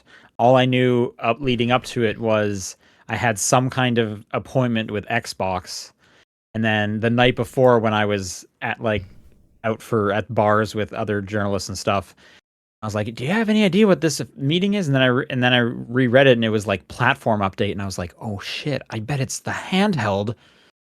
Then I got really excited, and then they announced it during the live stream, and my thing was right after that. So that was really cool that I got to do that. Nice. And the one thing we'll say from the community, the best demo was Mina the Hollower. Oh yeah, that makes sense. Right on. Okay. All right. Moving on, our second new category. This is a game-specific one, similar how we did like UFO and 50 and Astrobot last year. This is ball pit combo, and the majority of us wrote down a character, a ball, and a passive. And then Nathan, what did you do? I wrote down a Sonic game I think is good that I played this last year. And I might mention a Sonic character I think is cool as well. Okay. Yeah. I think we should split this up so that we still have kind of a circular thing. I think we should do, and Nathan, you can kind of jump in with which parts you want to do, but I think the three of us should do passive, then ball, then character. We're going around the circle, right? So I just want to have a thing to say instead of just like, I didn't play ball pit. What is that? For sure. Absolutely. Yeah. Okay. Claire, do you want to tell us your favorite passive from ball pit? I wrote 3 for each of these because I wasn't sure what the rule was. So I think it should just be one. But if you want to all say right. that many, I wrote one of each. I think every time I played the game, I had 2. I'll say 2 because I really think they're both good. Baby Rattle. I always grabbed Baby Rattle when I saw it. That's a good one. Yep. And I'll just jump in quickly. That's my favorite passive is Baby Rattle. Yeah. Hand Fan is the other one I picked. So which one does Hand Fan do? Hand Fan's the one where it slows the people in your current column by like 50 or 60%. That's good. Okay. Yeah, that one, because of how much high pressure that game gets to be, like that is almost invaluable. So, and for those who don't know, Baby Rattle, it gives you an additional 50% of the baby balls, but your aim is sporadic. But it doesn't matter because at some point you just need to be shooting as much as you possibly can. So yeah, I always grab that one. Yeah. My passive was Cornucopia because I think that thing is just awesome. That was my third one. It's so good. Is that the evolution one? It's the evolution that's one. the one where like every time a baby ball spawns, it has like a 0 to 2 chance to spawn another. Yeah. Okay. Or has a chance to spawn 0 through 2 baby balls. Sure. Yeah, exactly. I love how not in line this is because that's just like Sonic the Hedgehog 4, episode 1. Kind of okay. Oh my god, dude. Go ahead. What's good about Sonic the Hedgehog 4 episode 1? Did they come up with an episode 2? I don't even remember. They did come They up with did. an That was episode supposed to be the 2. better one. I heard episode 1 was not that great. I don't know. I like happily played through 1 and then got to 2 and was like, I've had enough of this. So I don't know. But yeah, I was just like, hey, this is just some Sonic, some side-scrolling Sonic. I remember a lot of mess being talked about it on the podcast I listened to back then. And then to just actually take a look at it, I was like, this is okay. This is pretty good. And I didn't just drown in Chemical Zone, so they improved that, I tried playing 2 again, and I got to the exact same part I always do, where I think I did it, and then I jump forward, and then the platforms flip, and then Sonic drowns horribly. So 4 doesn't have that. So that's I should leave it at that. I don't know about these passives. All right. We'll pass on. Mine was Baby Rattle. Paul, does this even make sense from the community? There was only 4 entries from the whole community anyway, so I could just read them later. Oh, cool. Or as we go, I'll just give you all of them. Do you want to tell me the passives? So for passives, we had Pressure Valve, Short Bow, Turret, and Deadeye's Cross. All different. Oh, wow. I mean, Deadeye's Cross, it's like the hardest one to get, so that makes sense. Sure. Yeah. That's the one where all 4 of the daggers combine into one, right? Yes. Mhm. Yeah.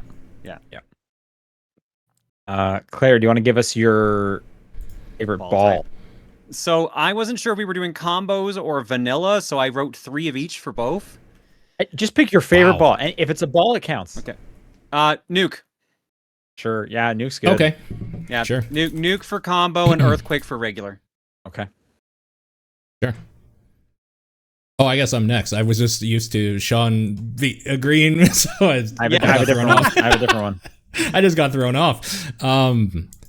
Mine was the Black Hole Sun fusion. So Black Hole and Sun fused together. Okay. Basically, anytime it would hit, it would trigger everything on the screen to die and revive itself, I essentially. don't think I ever saw that. I don't You know if just- I've even seen Black Hole. So you put Sun, Yeah. Black Hole together, and then you do another Sun fuse to that after they're both evolved. How do you get black? How do you get black hole and how do you get sun? Black hole is Sun is light and the fire? love one or the heart one, I think. Oh, okay. I don't remember black hole specifically. I'm looking it up. Dark and something probably. It's probably Black hole is dark and sun. Yes. Dark and sun. Okay, there you go. Yeah, and sun is burn and light. Okay. Yes, fire. right, and the yeah, light right, one. right, right. Yeah. Yeah. Sun was one of my combo ones, and light was a single one. Yeah. But basically it was a screen clear anytime it hit anything, basically. Nice. And it wasn't like a boss killer, but it was like screen clear. Nathan, do you want to talk about Sonic? Yeah, so if you remember some years ago, Sonic Mania came out and Yeah. ate up all the critical attention. Everybody was like, oh my god, Sonic's back. This is amazing. Sure. And then Sonic Forces came out and everyone had their knives so ready to dice that game apart. Okay. And I'm here to report Sonic Forces is really fun and it's a really good game. It has And a you get to cartoon make as your well, own right? character. Sorry, what? Is there a cartoon for Sonic Forces? What's this? There's a Sonic cartoon, right? There's Sonic Boom, which I Maybe was... that. Oh, yeah, that's what I'm thinking yeah, of. Yeah. Okay. But you unlock so many clothing items in that. It's weird. Like after every yeah, level, because you had to there's, like- customize a character in that one. I know, but once I've like chosen a cool look for my character, I might not even get another level with that character before I've unlocked 27 more hats. So it's just like, oh, The gamer dude, hat. I kind of wanted to see this one in action before I switch it up. I think they want you to play that game like every day, and I don't know why. There's like daily rewards. Dailies They had for more hope Sonic? for that game than they should have. Yeah, but I don't know. Again, it was just like, oh yeah, it's 3D Sonic games, and me, we're friends, and I forgot about that. So yeah, I borrowed a Dreamcast at a formative time, and all those memories came back. So yeah, Mine was Satan. Yeah. Oh yeah. Satan's good. Hail Satan. Satan's great. I only got Satan once, and it just destroyed like the whole screen every time. And it took so long because you have to do a whole bunch of like the love ones. Yeah. Yeah. Um, You need the incubus and the succubus. Yeah, it's like a whole bunch of Mm, different yeah. combos of that together. But Satan was awesome to finally get. What was the Satan's favorite pretty ball awesome. from the community? Balls were Cell, Mosquito King, Nuke, and Satan. Okay. Yeah, fair enough. Character. Oh god, which out of these I'm gonna pick? I had 3 for this as well. I wrote the Radical because I thought it was really funny that you could Yeah. just have the game play itself entirely and you could just go do something else. My most played So I character. would leave it in the background Yep. near the end, and I was Yep. just like, "Here, I need like 10 clears of this zone. Take this guy with you and just do it for me. Same. Get this map to like fast plus 10, please. That would just save me so much trouble." Yep. He was good. Other than that, I would say the Physicist, which is the one where the gravity's reversed and the balls always fall upwards. And that one actually like led for some really funny kills and combos and was great for things. And the Juggler, which basically just threw balls above and made them land on people, so you could attack anywhere on the grid. Juggler was cool. That's a cool character idea for that type of game. Yeah. I agree. So yeah, I was kind of between 2 as well. I think I'll go with the makeshift Sisyphus, just because Earthquake as a starting ball is very strong. Yeah, and it has quad damage because you only Yeah. have the AoE ones. Yep. my favorite ball is Sonic the Hedgehog because he can roll. Sure. Especially in Sonic Frontiers, which I had a great time with. I got a full 100% in that game. Started Frontiers. again. The a Steam great game. version. I didn't like it that much. Yeah, I don't know. I liked it was enough to just beat it. The way it hands out Sonic content to you is just like, oh, I love this. It's like I'm just running around and suddenly there's some Sonic crap going on and I have to deal with it. And if I don't want to deal with it, I can just like boost out of there. Like just like, nah, I don't want to do a 2D level right now. And then I just kind of jump off of it and continue running around collecting those things that aren't Koroks. Like they're little Yeah. rock dudes. Oh yeah. Yeah, yeah. Right. Yeah. Yeah, Sonic Frontiers. Great song, in the final boss battle there. Cheesy ballads. If you like those, Yeah. Sonic series. Very Yeah. true. And they That's let true. you choose. Like, that was maybe the one thing. It's like, oh, that game gets better and better as you play because you unlock more and more dumb music to listen to. And the final, like, hey, you need an X number of these keys or whatever to do. I just like fished my way to victory with Big the Cat. I was just like, oh, I'm just gonna sit here for like an hour and fish, and then I'll just have enough stuff to go fight the final boss. Yeah. And I like that kind of open-ended, choose your own path kind of thing. You can take the fishing route. So good job, Sonic. And then my favorite character from Ball Pit is Juggler, as you mentioned. Yeah. As soon as I unlocked Juggler, I was defeating levels that I was like stuck on. Yeah. Like Juggler was always my first one. Anytime that I was like, because there's like an achievement for finishing each stage with 10 characters. If I ever had a trouble with like 2 characters, because you could do it faster if you double them up, I would just send everyone with Juggler, and it would just clear it out. Juggler was like OP beyond belief. Yeah, Juggler's cool. Which is why it was also one of the community favorites, along with the Flagellant, the Itchy Finger, and the Makeshift Sisyphus. I'm surprised the Itchy Finger was there. I'm surprised too. All right. The moment everyone's been waiting for. It's time for doing Game of the Year. The big top 10. We will be going in reverse order. And once again, when you say the name of your game, give it a beat in case anyone wants to say, oh, I have that later, and we will talk about it when it's at its highest point. Okay. So that we only have to have the conversation once and everyone can talk together. Claire, start us off with your 10th favorite game from 2025. My number 10 for the year. My audience got to see my genuine reaction to this as I played this on stream for the first time. Dead Reset. Oh, nice. That's a good pull. Holy shit. I know, dude. Oh my god. So I'm not always on camera, but usually for Halloween ones, I go on camera because I'm in costume. Yeah. And the chat kept saying that Claire looked so excited the entire time because this is an FMV B-movie horror video game film. Sean, this is Wales Interactive did this one. Oh, absolutely. The kings of FMV? Yep. It was so well done, so well acted, so perfectly cheesy, and it's a time loop game, which also was always fun to mess around with because that means you get to do really stupid things, and there are so many really stupid things you can do in Dead Reset. God, I enjoy that so much. That was such a fun game. I didn't even get to finish it. It's not even that long, but I'm just like, this is high priority. Please let this like come up next year for game clearing because that was just so cool. I'm definitely gonna look into this. Yeah, it is horror though. It is very much gruesome 80s horror movie. So I don't know how well that's gonna vibe with you, Sean, but I'm just giving you the warning in advance. Like that's absolutely my style, but I don't know about you. Okay. Good to know. My number 10 was a last minute entry. It just made it in, called Tainted Grail Fall of Avalon, because this scratched the itch that Avowed didn't. This is probably one of my favorite like Elder Scrolls like type games that I've ever played. It has a very fun horror aesthetic going for it, and it just does all of that janky Bethesda shit from like Skyrim or whatever, but in this cool new setting. And frankly, I wish I was playing it now rather than doing this. I've got super into it, and I've been wanting to play it all day. Number 10, I'm going to go with Wordplay. It's kind of a letter tiles game. I think it aspires to be the Balatro of Scrabble, and it does not get there. Okay. But it's okay. It's reasonably fun. It works well on a deck. It's good enough it made top 10. Yeah. Mostly because I played it more than my honorable mention, I guess, which was like, oh, this seems cool. I'll play it eventually. It was like this I interacted with more. So yeah, Wordplay. This looks cool, actually. I just looked it up. It's pretty good. Yeah. My number 10 is Moonlighter 2, which came out in early access this year. I kind of pulled myself away from it, which kind of says how much I was into it.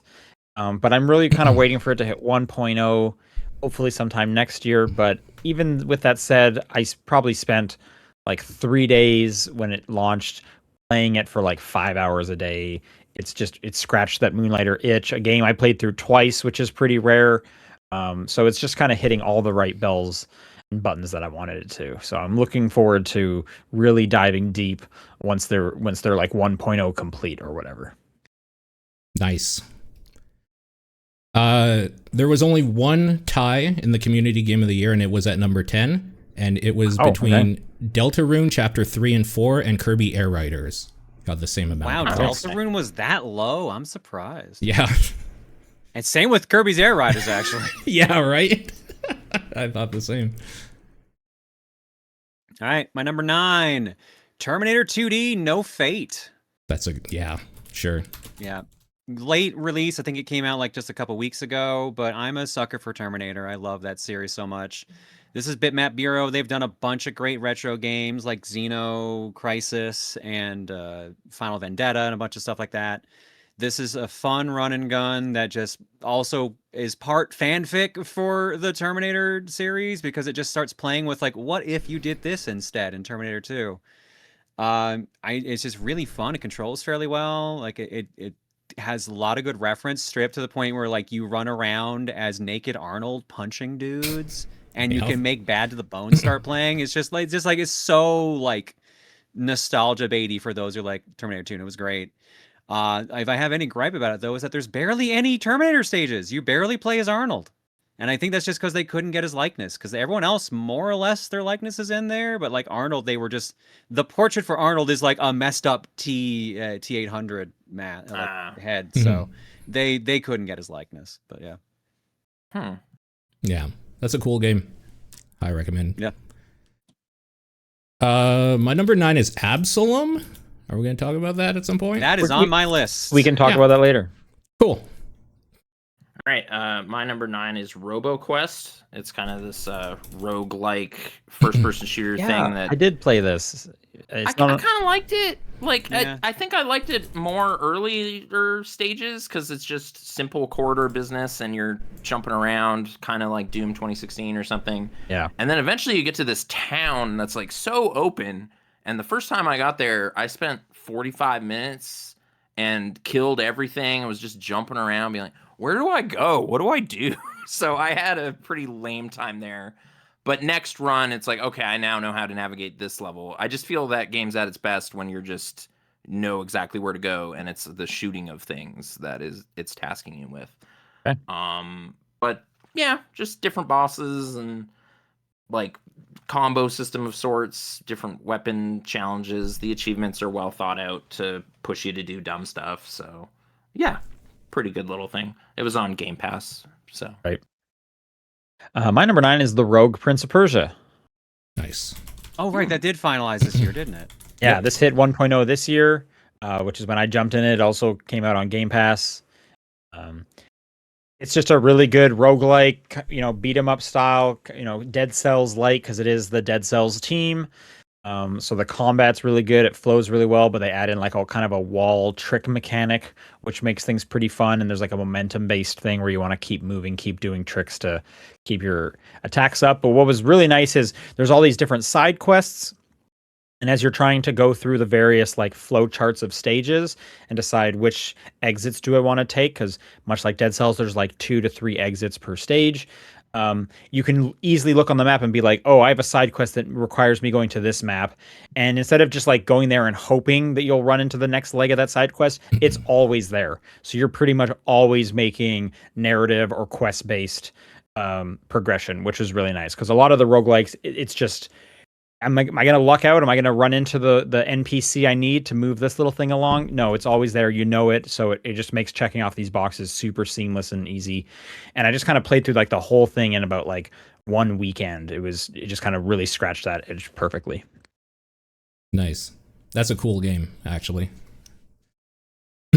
Number 9 from the community was Peak. Makes sense. Yeah.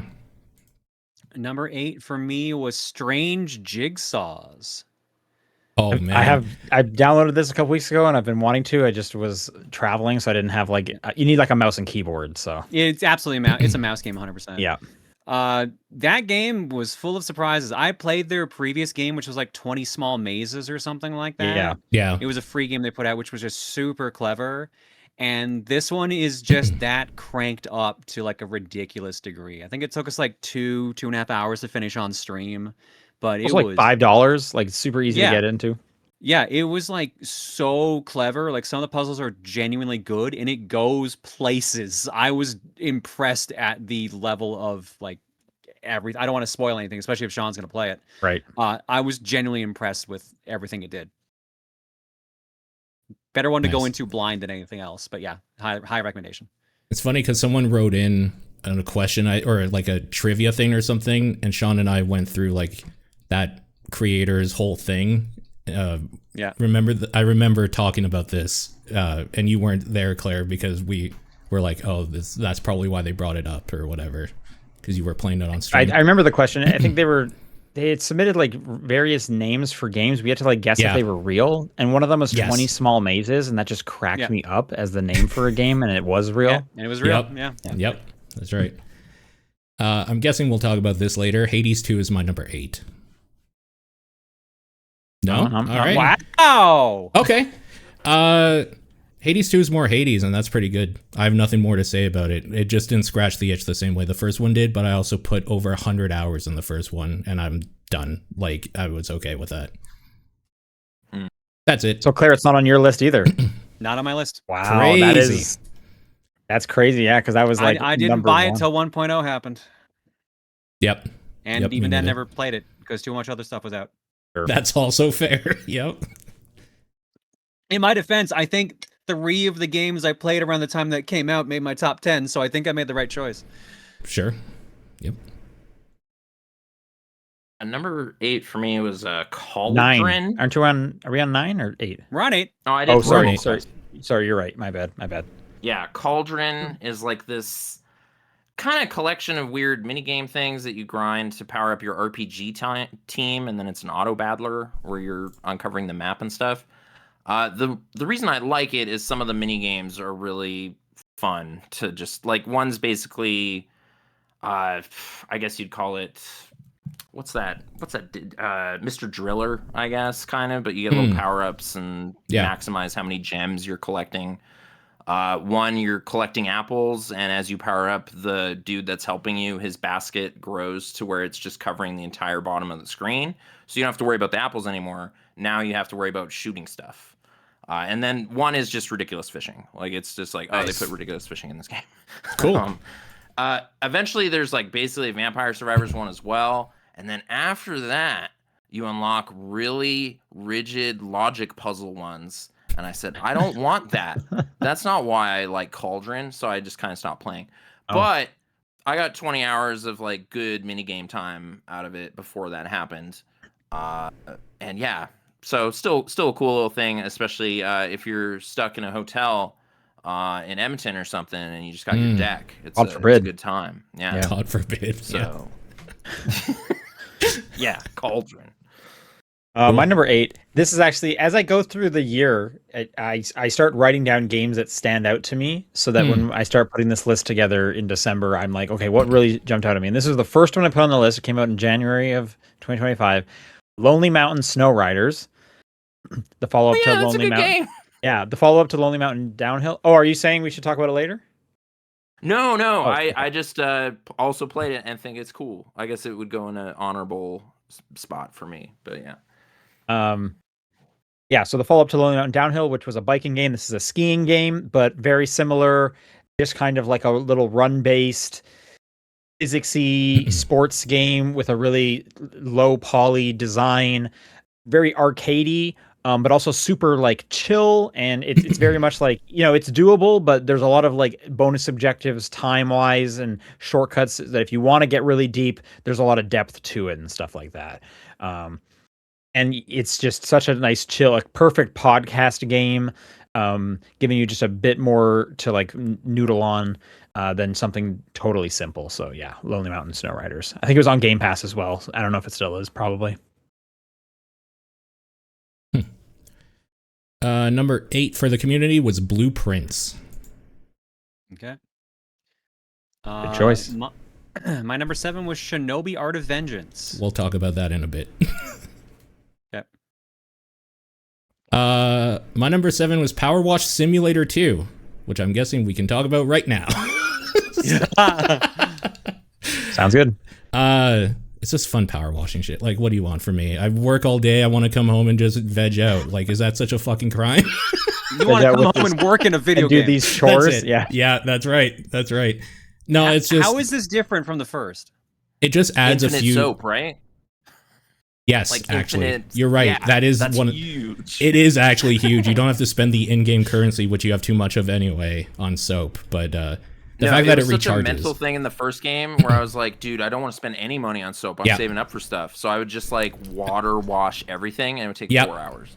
And that was hard to break in this to begin with. I'm not going to lie to you because, yeah, you wanted to conserve soap and then you just end up never using it in the first game.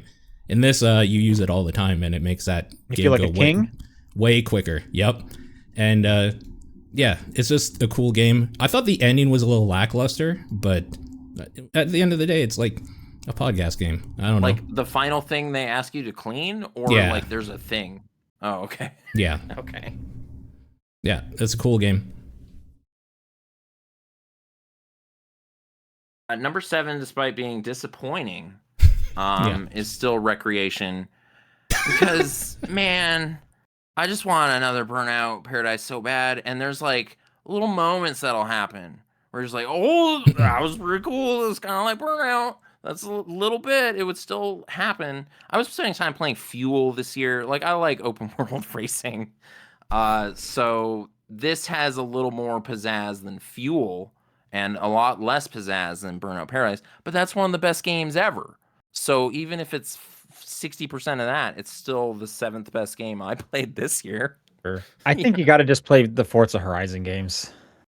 Yeah, I have a bunch of those kind of hoarded up Yeah. for some amount. They're like the of closest we're wasting gonna time. get. So yeah.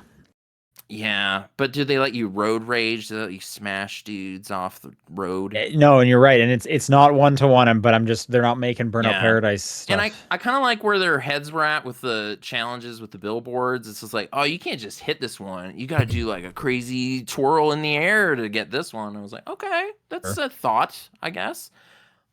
Yeah. So you see enough of the old magic to at least have made me nostalgic or something. So I still had a time, and I plan to spend more time. And I hope they don't just shut it down and like Concord it or something. Like it's just like, no, it's done. You can't even play it. You're not even allowed to. Right. I hope that doesn't happen. True. But yeah. My number 7, which I think we'll be talking about later, is Absalom. Correct. Okay. Sure. Which means the community number 7 was Split Fiction. Nice. Hey, you want to Community talk about likes- Absalom? Oh, is Yeah, it 6? do That's it. my number 6. Okay, That's my number perfect. 6. Yeah, start us off. All right.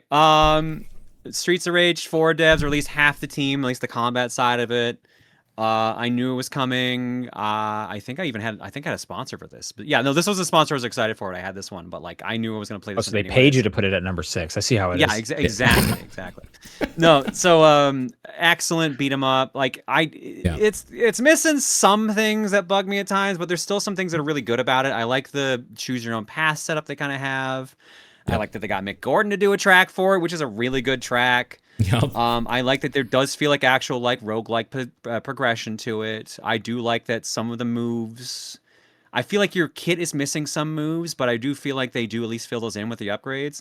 I like at least one of the new characters you get later on in the game. A little bummed that it's only 2-player instead of 4, but like, Sure. Yeah. no, just a solid beat 'em up in like a new world.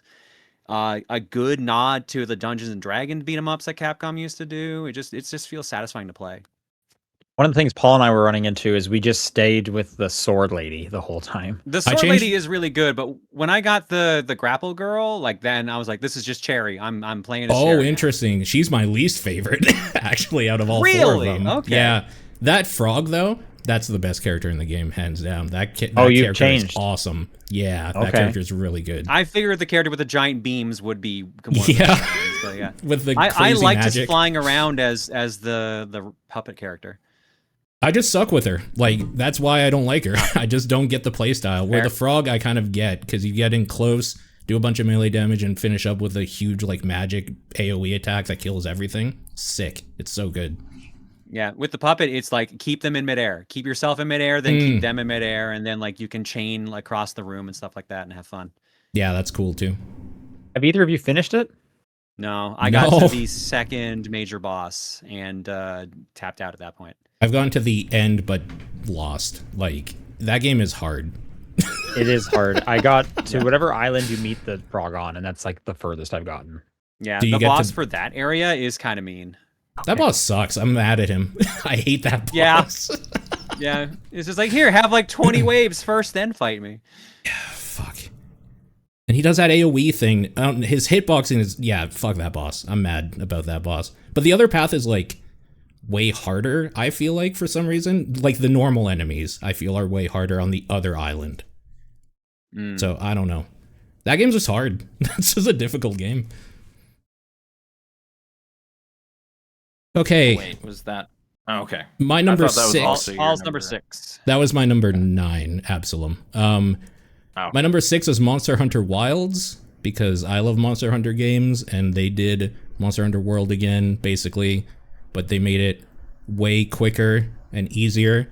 And as somebody who has a full-time job and like stuff that other games that he wants to play, that's sick. That's so good. It's so Perfect. good that I can Nice. go in, do a bunch of hunts, and it only takes a couple hours as opposed to all night. Right. Mm. People hate that, though. That community hates that game is easier. Jeez. All right. Number 6 for me is where Avowed ended up because I derailed myself from having a good time at some point. Yeah. Like I was like, no, I'm in the role playing. You know, I screwed up a quest. City burnt to the ground. Oh Failed man. some Okay. other stuff in my log. It's okay. That's just what happened. I'm just gonna have to deal with it. And then Like- after 5 hours of that, I was like, I can't deal with it. I gotta roll back. Yeah. Not to save the city, because I'm fine with that. That's what happened. But there was a quest I just didn't do. It's just like, where did this guy go missing? And I was like, I want to know. I want to know what happened. So then I was replaying like 5 hours of the game, and I was in this like mental state where I was like, no, I got to keep my decisions the same because I like how I chose my stuff. Yeah. I just ruined the forward momentum in that game and eventually just stopped playing it. And then I was like, well, okay, so what I'll have to do is in a few years I'll play Pillars of Eternity or something, get back in the lore, and then I'll play it. Okay. And then I'll have an amazing Obsidian time. But I was having a good time, especially like looking for the treasure chests and climbing around. Like the verticality in an RPG like that was really cool. And Garrus is with you. He's Absolutely. just there. Right? Yeah. True. Yeah, he's just in that game. He's also in Dune Awakening, but I didn't do his quest line because I wanted to. Be Oh, I didn't know part that. Okay. of it. So yeah, but yeah, Avowed. It seems really great. Had a great like 35 hours and a really angry 5 hours. So just a weird time. But yeah. All right. I'd be surprised if this is on anyone else's list, but Death Stranding 2 for number 6. That's not on this list. It's on my pile of stuff. Okay. Well, I'll talk Yeah. about some Death Stranding 2. I wasn't a huge fan of Death Stranding 1. I played about 20 hours and kind of bounced off of it. I even went back to it as a leading into Death Stranding 2. Just something like wasn't clicking. But whatever that was, Death Stranding 2 just like checked the boxes. It is way more fun. The combat is way better. The movement's easier. You get into it like way faster. Going back to 1 beforehand. 1 has such a slow buildup. 2, you just go straight into it. You get like a bike like immediately, so you're moving way faster and stuff like that. And then the cutscenes are just absolute nonsense. Like if anyone's missing Metal Gear, this is the next Metal Gear game. They should be playing Death Stranding 2. You're fighting robot ninjas.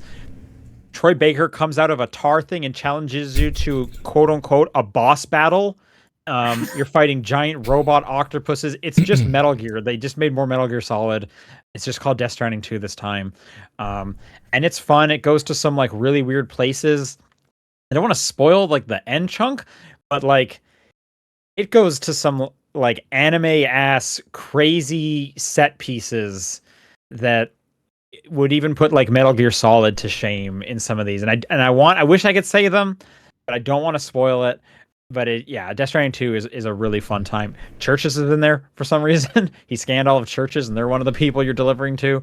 Yeah, I was gonna ask if any new celebrity friends show up. There's definitely new celebrity friends. I will mention one. First off, the pizza guy That's a great quest line. Do that one. There's another quest line where you have to race ghost bikes above the world. That's a good quest Of line. course. There's an early one where you're trying to save a kangaroo from flaming dolphins that are meteoring from the sky. What? Yeah.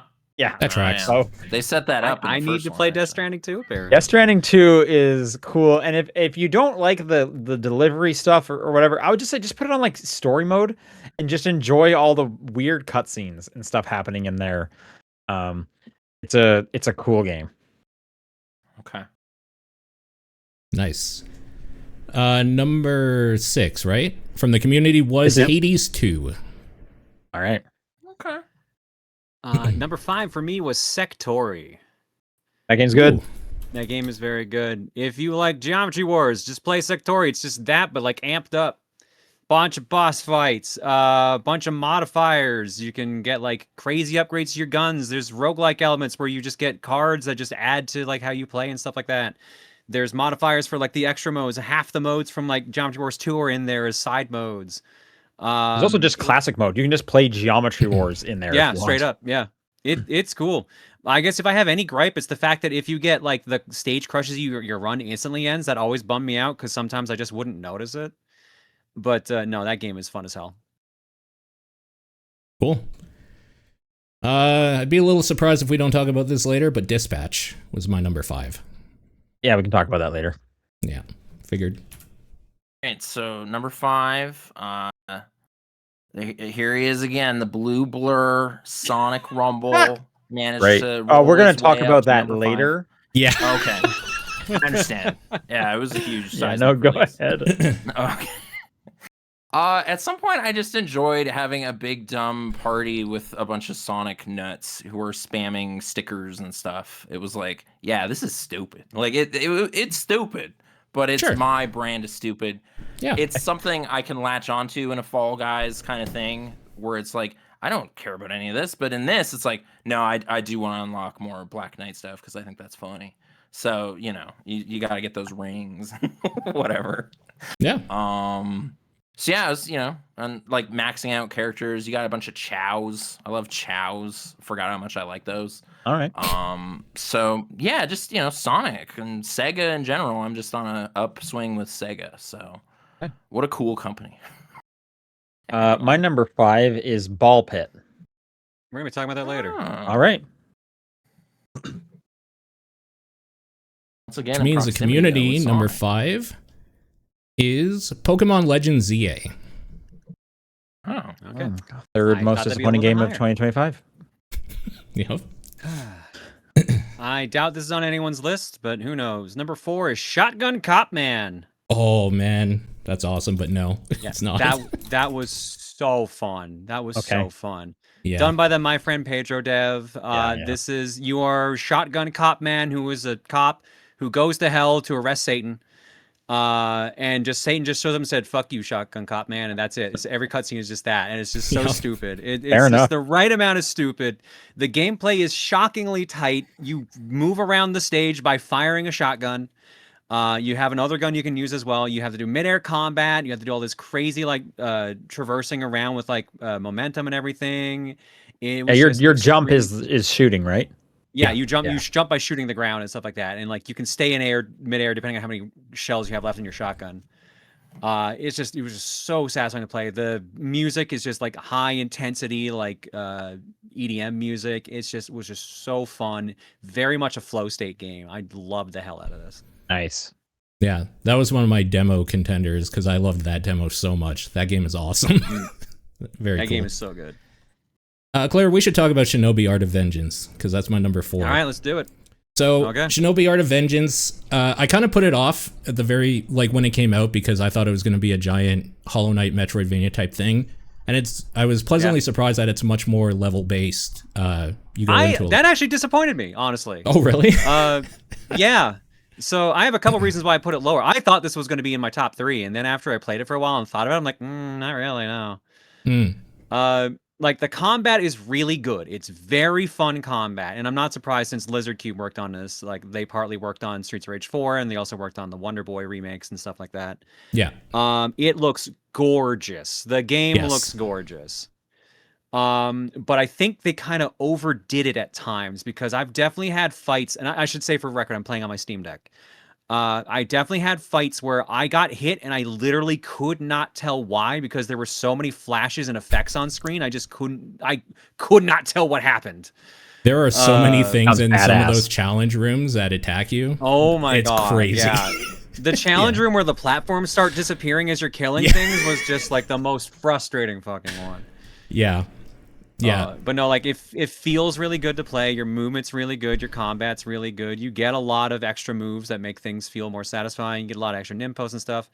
The reason I was kind of bummed out about it being more linear is that it feels awkward, the Metroidvania elements, where it's just like, that's a wall I can't break. Oh, well, I'll come back 3 stages from now and break that, I guess. And then, it's like a challenge token or something like that. It is kind of That weird part that you have to kinda play bummed me through out. like half the game first before you can go back and get some of the items. Yeah. It's kind of weird how Yeah. they hid some of that stuff. Yeah, that's true. It is so strange how they pace that, honestly. But thankfully, they put in fast travel, and that is probably its biggest saving grace in that element. It was just really nice to come back and just like pick like, okay, I need to go here, blah blah blah. Yep. Yeah, no, it's a fantastic platformer, fantastic fighting beat 'em up. It just has some quirks to it, and I feel like it kind of overstays its welcome a little bit. I honestly haven't. So confession, I played this last week, and I did not finish it. Mhm. I think I'm 3 stages away from the end, and I'm just like, every stage takes an hour. I want to go do something else. I put together a Lego kit instead. I was like, I'm good with you for now. The stages are quite long. I'm on the other side of it. I didn't think it was that long. It took me about 3 sessions total. And I think just the combat, you get in this flow state. It's a type of combat where you're not really hack and slashing, mashing sort of thing. You like, if you put together actual combos and kind of have an idea of what you're doing, you can kick the shit out of like hundreds of guys. It's crazy. Yeah. And it just feels so good the whole time. The instant takedown is so satisfying. It's especially when you so get a good. chain of those. Yeah. Yeah. The worst part about it for me was going for 100%. I did have to grind out some money for the last few things that you buy from the shop, and that sucks. I've been worried about that. I have to buy the final upgrade or whatever. Yeah. I don't know what it is yet because I don't have all the tokens yet. But I'm just like, please Yeah. don't be stupid expensive. Those boss fights are cool too. I think they're The just, boss fights are pretty cool. they're sick. Yeah, that game is very cool. The That's presentation of that game is very high. Did you have any issues with the chase areas? Because I found the chase areas, like the timing was like insanely tight. no. Like, I had I- issues with one of the Death Scythe challenge rooms or whatever, and I can't remember which one, but I just couldn't get through it. I don't know. I got through it eventually, but it took me like an hour, and I don't know why. Was it the gliding one? Because the gliding one's just so mind numbing. Maybe there were a few things like it doesn't really do verticality well. So there were times in gliding where if you're going up or I hate that down, you grappling could hook. just one shot by something, and that sucks. Yeah. I hate that grappling hook. The grappling hook feels bad, but I got used to it. Yeah, I would say. I hate it because like during like there's a helicopter chase where you're using the grappling hook to get away because Yeah. you've just gotten the item. Yeah. And you hook onto this ledge which will either shoot you left or right depending on which way you're facing it. Yeah. But if you get up to the next one and press it too fast, you will lock back onto the one you were just on and get flung backwards into whatever's chasing you. It's the locking mechanism. The lock on is fucked. Yeah, I agree. That's the problem with the hook for sure. And the chase sequences, now that you bring them up, there's 2 of them. They're terrible. They're like the worst part of the game. But There's they're more short. than 2. Really? There's a couple. There's one on the there's the on a boat. explosions, there's the jet, the chopper, there's the one in the scythe room. There's a 5th one I'm definitely blanking on, but I know there's a 5th one. I'm only thinking skull, of the ones skull in one. between. There's like one stage, for beginning stage, then it Oh, breaks into 2. you mean then like one. you mean like the vehicle stage? Those ones, yeah. I hate those. Yeah, no, I Terrible. don't mean those are all right. They're whatever. hate them. Those are designed that even if you die on them, you still clear them, which is kind of nice.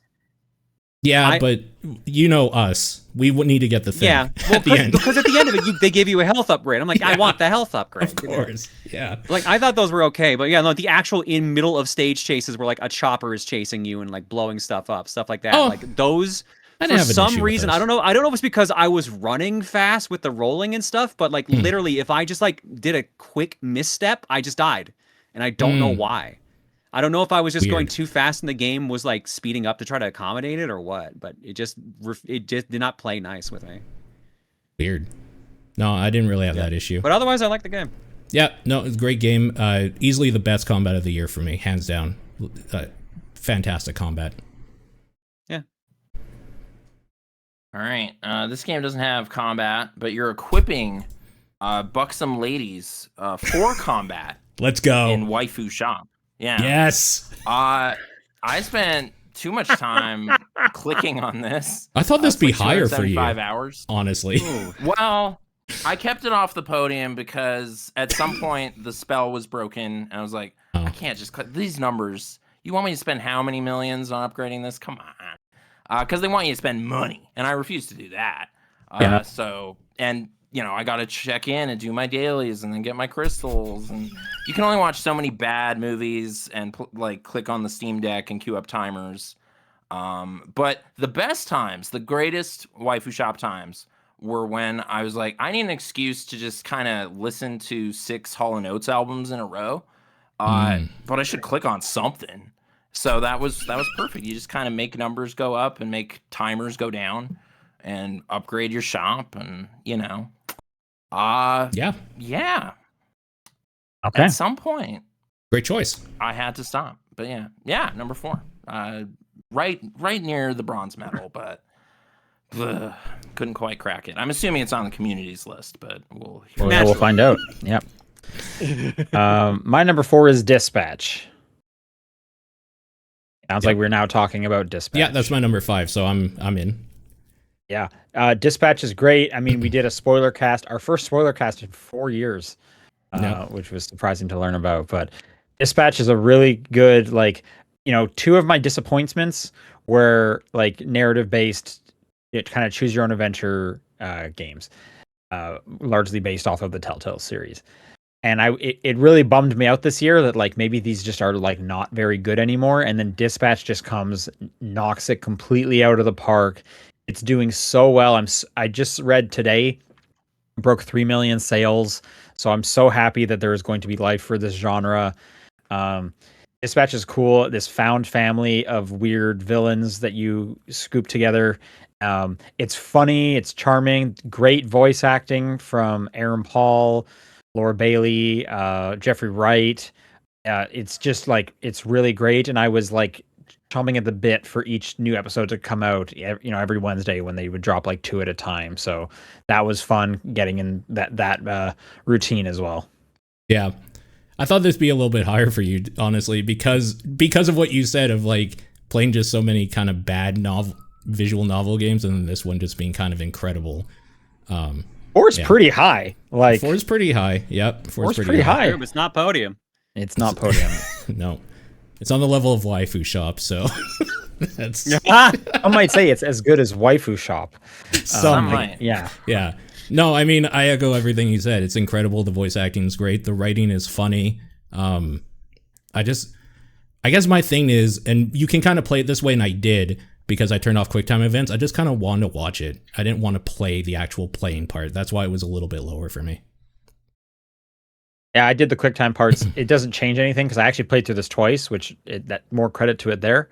But I even liked the little management minigame stuff. I enjoyed that as well. It's surprisingly deeper than it probably like needed to be. And I enjoyed that aspect of it too. So I liked the entire package. The only downside is like the hacking stuff. And luckily you do that maybe like once an episode. So it's pretty easy to kind of ignore. Pretty rare. Yep. Cool. The community's number 4 was Mario Kart World. Okay. Okay. I thought Pokemon would have beat that. Funny enough. All right. My number 3 is the most Metroidvania I've played, and it's definitely for sickos too. Zexion. Oh man. Yeah. I don't know what that is. So Zexion is probably the most difficult Metroidvania I've played in ages. But it is an 8-bit looking, like it is, they were like, I love Metroid 1. I'm making a much better Metroid 1. They made a much better Metroid 1 and also said, I'm making a harder Metroid 1, and they definitely succeeded in that. Okay. It's a gigantic map. There's so many secrets hidden everywhere. You get really interesting like movement abilities. Like I think your starting movement tech is wall kicking. So like it goes in some interesting places. Your dash is like a slide. You can like jump out of it. There's like rocketing. Like it's just the movement feels so satisfying, and they test you on the movement a lot too. The boss fight is, or some of the boss fights are so brutal. The secret boss fight alone just drove me nuts. But it was so satisfying. And when I beat it, and they show the ending cutscenes and everything, they're like, "Hey, here's all the things you accomplished, and here's all the things that unlocked. If you do this, you can unlock more. Also, here's the randomizer mode. Also, here's the 1 credit mode. Also, here, like they just kept tacking things on and on. I was shocked at how much stuff I unlocked just from beating the game, and it was just so satisfying. So, like, Nice. as much as it pissed me off at times, it also I loved it. So, yeah, if you want a really challenging Metroidvania, I 1000% recommend Zexion. Nice. Nice. Yeah. I mean, we're Yeah, in the I- top 3 now. These are going to be some good games. I remember us talking about Yes. that. You made me almost want to play it, but I had too much other stuff. There was no way I was going to No, get to I it. still recommend it, but you will definitely play, and you're like, oh, I get why Claire says this is like, Yeah, for I'm sure. sickos. I'm sure. My number 3 was Silent Hill F. And the only reason why it's that low, because it would have been higher, but making you do that combat over and over again, what the fuck? Why? Why would you make I heard me they gone? patched that. Yeah, they did after I finished every playthrough. Oh no, dude! Well, they were waiting for you to finish. They were waiting for so. me to finish. Yeah, I get it.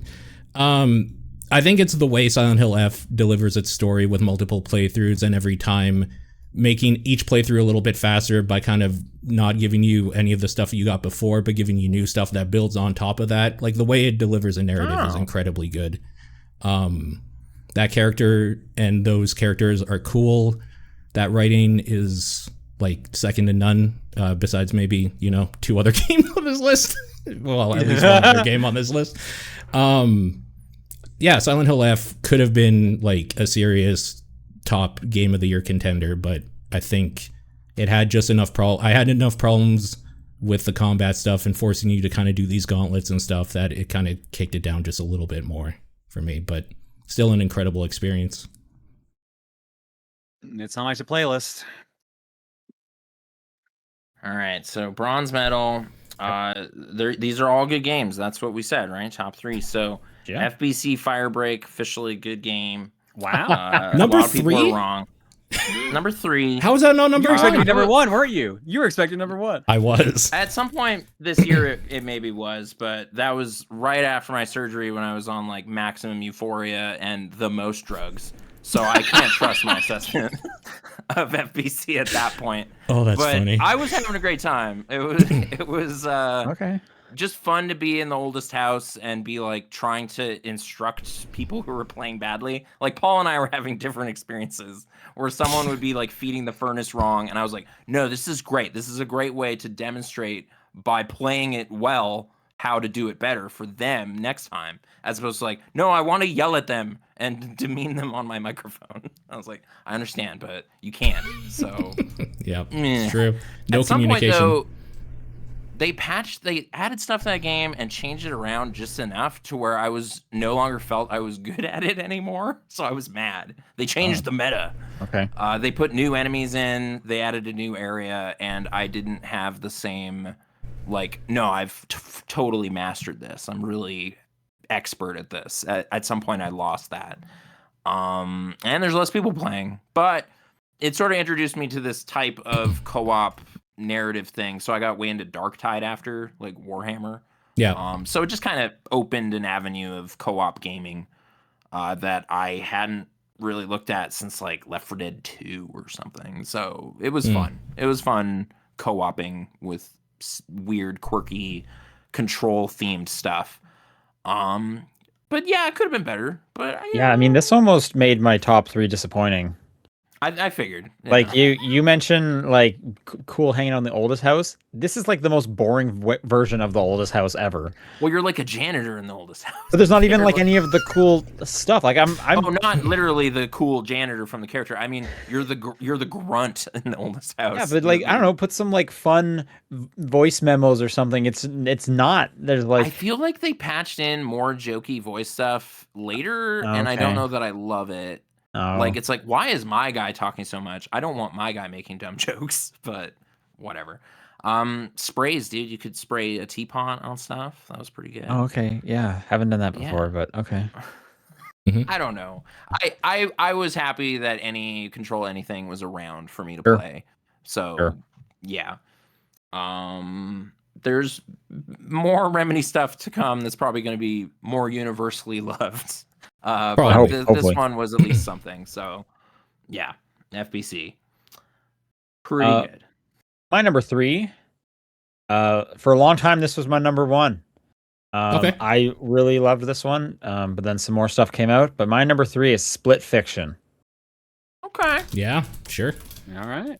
I think this game's great. It's probably my favorite Hazelight title at this point. I quite enjoyed It Takes Two as well, but I just think the like breadth of gameplay in this one is so much more diverse. It's also easier, so if you're trying to get a not super familiar gaming person in to play with you, this is a better jumping in point than It Takes Two would be, which I think a lot of people wanted It Takes Two to be more like newbie friendly. Like the only thing I can really say is that the story sucks. It's so bad. The writing is terrible, but it kind of doesn't matter because the gameplay is just so fun. You're doing such different, unique things. The powers you get, like, and it's so varied between the two of you that I almost want to play it a second time as the other character just so I get access to all of those powers because they split them up entire time. And that final level set piece is just one of the like kind of coolest things I've seen, not only just in like co-op game, but just like in video games. They do some really cool stuff there. So Split Fiction is totally awesome. And co-op games do a lot for me. I love playing co-op with my friend. So a really good one is going to like fire on all cylinders. Yep, makes sense. That is a cool game. Number 3 for the community was Donkey Kong Bonanza. I figured that would be pretty high. That makes sense. I'm starting to get confused what the top 2 are going to be then, because they've said a lot of Nintendo at this point. Yeah. Have they Yep. said the Sonic racing game yet? I forget if that was in 10 or what. They have not said it yet. Oh, interesting. Okay. They also have not said Sonic Rumble. There you go. Could be Nathan's time to shine. Yep. My top 3 I really fought to decide on, and Zexion made number 3, but my top 2 was back and forth for so long. Me too. It took a little bit of consideration for what I wanted to really lock in, and this is probably going to throw off a bunch of people's predictions, but my number 2 is Ninja Gaiden Ragebound. That's interesting. Nice. And just to jump in real quick before you explain, because that and Shinobi came out like really close together. Less than a month Yeah. apart. Yeah, and I feel like the majority of people sided on Shinobi actually. Yeah, no, I know that. But I definitely loved Ragebound so much more. It felt like such a more focused experience than Shinobi did. It's very much a flow state game, which I absolutely love. I love the Ninja Gaiden lore, and it plays with it in very fun ways. It's a lot of throwbacks to like the older games, some really good use of music and remixes of classic tracks. Their use of like Ryu's father's theme in the end is so good, it messed me up.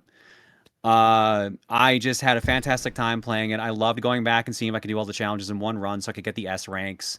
The items you get are pretty fun to kind of mix things up a bit there. I ended up going up with this bomb that was basically just saving me the trouble of the hypercharge. It is in a way it was kind of a puzzle system too, because like if you saw a big dude that was going to take 5 hits, you're like, okay, where's the charge, dude? So I know what to do and just wait. But eventually, like I got to a point where I'm like, I don't need the charge anymore. Screw that. I'm just running. And it just was such a fun flow experience. This was my traveling game that I could just fly through when I was doing trips like back and forth. I played the entire game on my Steam Deck and I just had a fantastic time with it. Loved it. I knew the guys from Blasphemous were going to do a fantastic job with it, and I was dead on. Loved it. High recommendation. Nice. Yep. That's a cool game. My number 2 is Hollow Knight Silksong. So Wow. Yeah. Okay. Damn. So That answers some questions. I thought this would be your number one.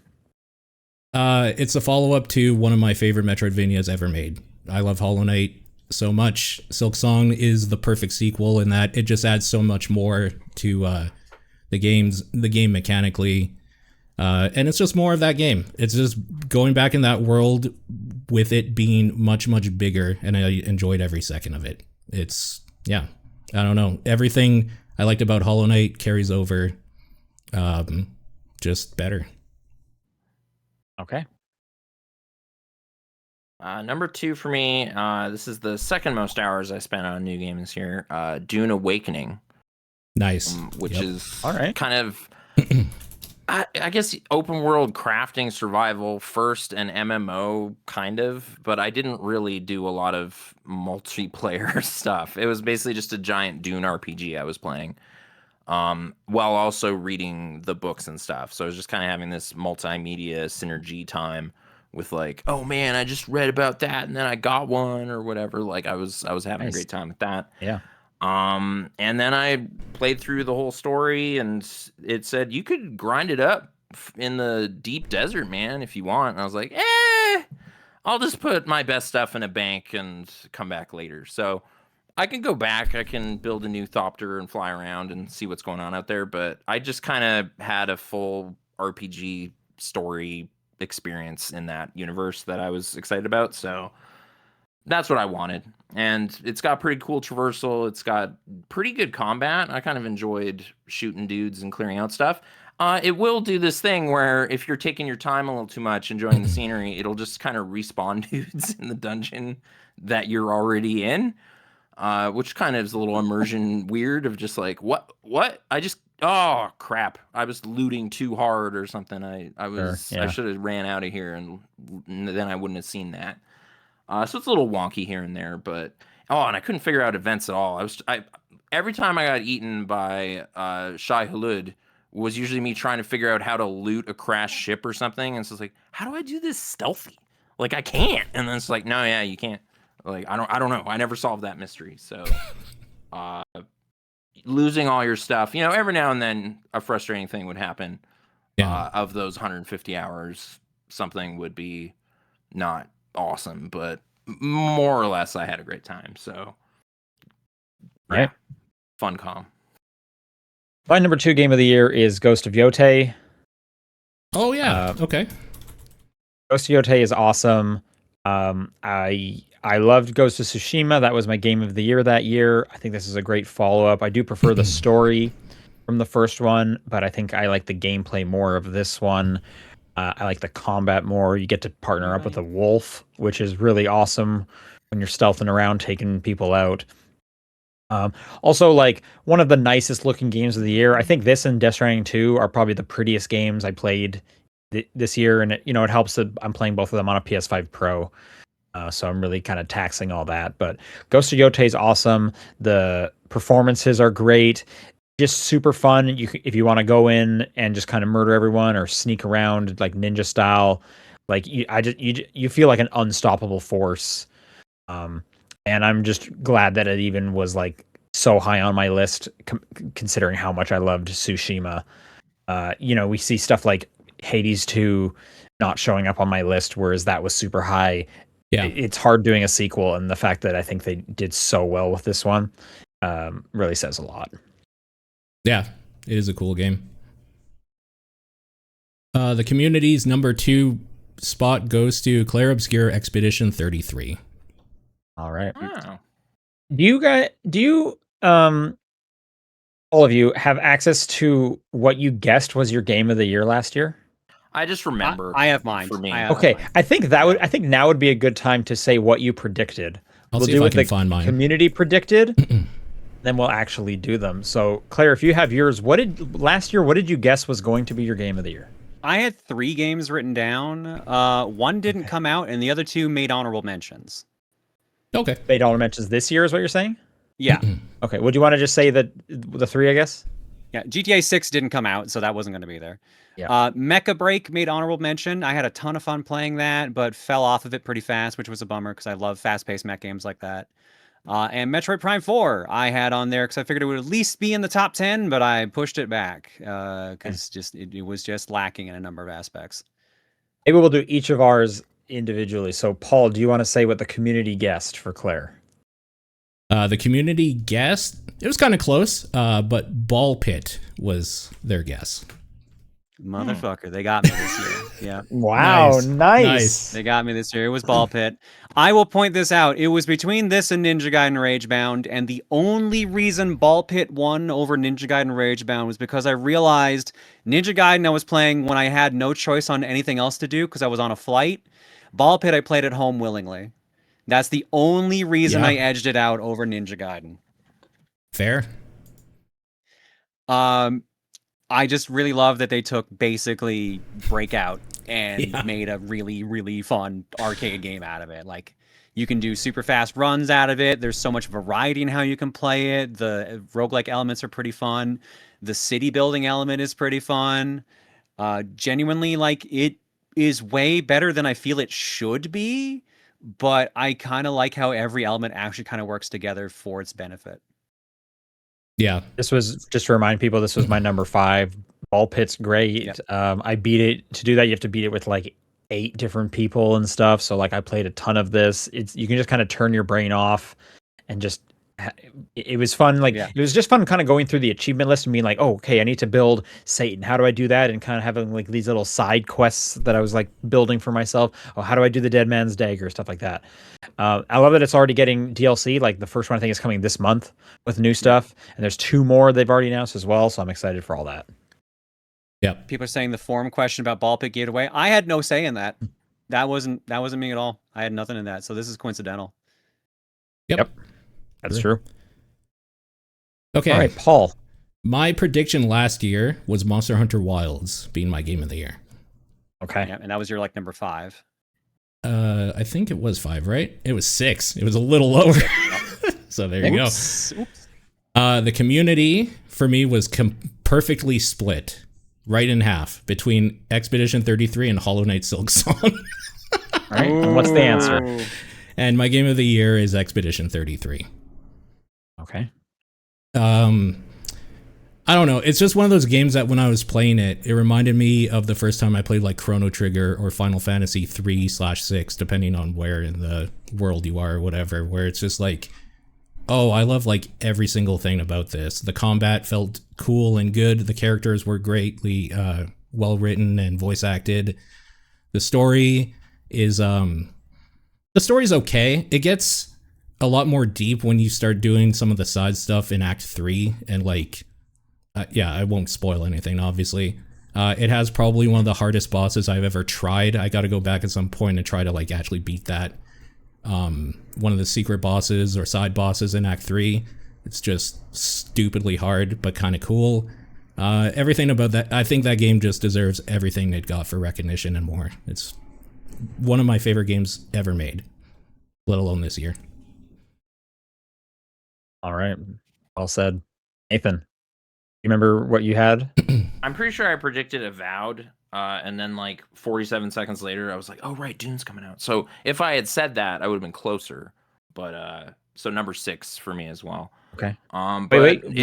Community. No, unfortunately, there wasn't one for the community. I didn't know Nathan was even showing up, so I didn't. Oh, okay. No worries.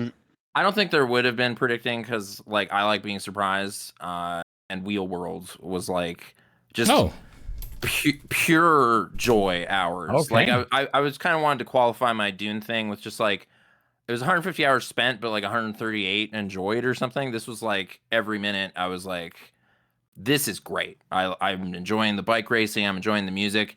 And then at some point after I'd like finished the core races, it became a great music/podcast game to like mop up collectible parts and whatever. So I basically just spent as much time as that game had to give me playing it happily. So good job, Messhoff, Nidhogg folks. I was thinking more about Wheel World, and I think the one thing I didn't like, because there's like 4 areas you do, right? And then there's like a 5th one. Oh, let me think. There's kind of the little starter island. Then there's the main island you spend a lot of time on. the kind of ruined underbelly. But then you go through a portal and you're in like a sewer Junkyard. area, right? And then there's this last area. Yeah, thing I that's kind didn't of the like that exit. last area. Yeah, I think I liked it's a little. it's light, like ugly. I just didn't like being there. I liked everything Oh, up to it. I know there. Yeah, there is this kind of crappy, grungy area. Eventually, that's the place I spent a lot of time. But I was happily listening to Game Boys to Men podcast, so I was like, Sure. oh, whatever. Okay. And there's some dastardly hidden stuff in there, so I was still having an okay time. But yeah, it's a lot uglier than the second world. So I'd go back to the second island to just kind of listen to Kraftwerk or something and be like, man, look at this. Okay. Bicycles, right? So yeah, I don't know. Wheel World, it was a delight. So Nice. All right, and for me, I predicted Ghost of Yote, so I was close because it got my number Yeah. 2. Yep. The community was overwhelming in their prediction of Expedition 33. My game of the year is Fire Obscure Expedition 33. I was pretty like positive on this when I talked about it when it had launched because I got to play it early and stuff, and I think I finished it around the time it came out. I even remember saying on this podcast that this might be one of the best RPGs I have ever played. Yeah, I think that game is so fun. The whole like 2 or 3 weeks where I was diving into it, it's like all I could think about. It looks great. It sounds great. The performances are so cool. And like the twists and turns just really did a lot for me. It doesn't go where you expect. And every act break, something just heartbreaking. Like they are not pulling their punches. The stakes matter. And you don't see that very often. And then on the other side of it, there's like really funny jokes that you wouldn't expect. And it's not the typical like RPG jokes where it's like teen boy humor about like maybe seeing up a girl's skirt or whatever because this is from Japan and all we know is Final Fantasy VII or whatever it is. Like some like pretty good jokes in there with like Monaco and Verso and whatnot. And yeah, like I think it's incredible. Like Paul said, I think it deserves all the recognition it got. It is an extremely special game. It is one of the games that I will pick up a physical copy of it to have it on my shelf like I did with Control. It is a very special game to me. Absolutely. I had so much fun. And I still haven't gone to the new DLC that just came out. And I'm going to get to that sooner or later. It's more of it. It's cool. Yeah, I don't know. All right. There's the top 10. The hard part is over. We got a few couple categories left. I know the communities first. Oh, Yeah. sorry. You're right. Sorry. Yep. Yep. Waifu So shop. on the other side, their game of the year was Silk Song. So they were Okay, flipped. that makes sense. Just trying to figure out what it would have been. And they you were said close. Mine was like kind of Sonic. scattered a bit on mine. What were the other guesses on mine? Guesses? Okay, let me pull it up real quick and I'll tell you because I just closed that tab. Okay, so, I mean, number wise, like Ball Pit was 6, and then 5 was Donkey Kong Bonanza. Like they were so close; they were one vote away from each other. Nope. Other Not than even that, No close. bonanzas going on in here. I don't know if anyone noticed this, but my entire list not only did not have any Nintendo games, none of these games I played on my Switch. Not a single one. All these are Steam wow. games. Honestly, Yeah. who are you? Like, true. you're a different person than the last time we did a Game of the Year episode. I mean, you're technically right, but I don't think I have any Nintendo either. I mean, some Yeah. of these Like- did come out on Switch platforms. yeah, but a bunch of mine yeah. came out on Switch too. But like, I played all of them. Like, this is the year I played my Steam Deck a ton. Honestly, Steam Deck's great. I mean, I got on my games 20XX. There's this puzzle game where he plays Toad and he's got these bombs and there's trees full of monsters. Sure. Yeah. But I didn't bring it up. I didn't do that. What, Yeah. what else was on mine, Paul? Or was that the two closest? The other ones on here are Absalom, Silksong, Blueprints, Zexion, and Expedition 33 got one single vote. Yeah, because they knew I didn't play it. I was waiting for a physical copy, and it took me months to get it. Fair. The community though, Nintendo. So Yep. you Yeah. know. As expected. Yep. Yep. Okay, couple more categories. We're gonna do honorable mentions. I think we should narrow this to 3, just so we're not here forever. Unless you want to say them Okay. really quick.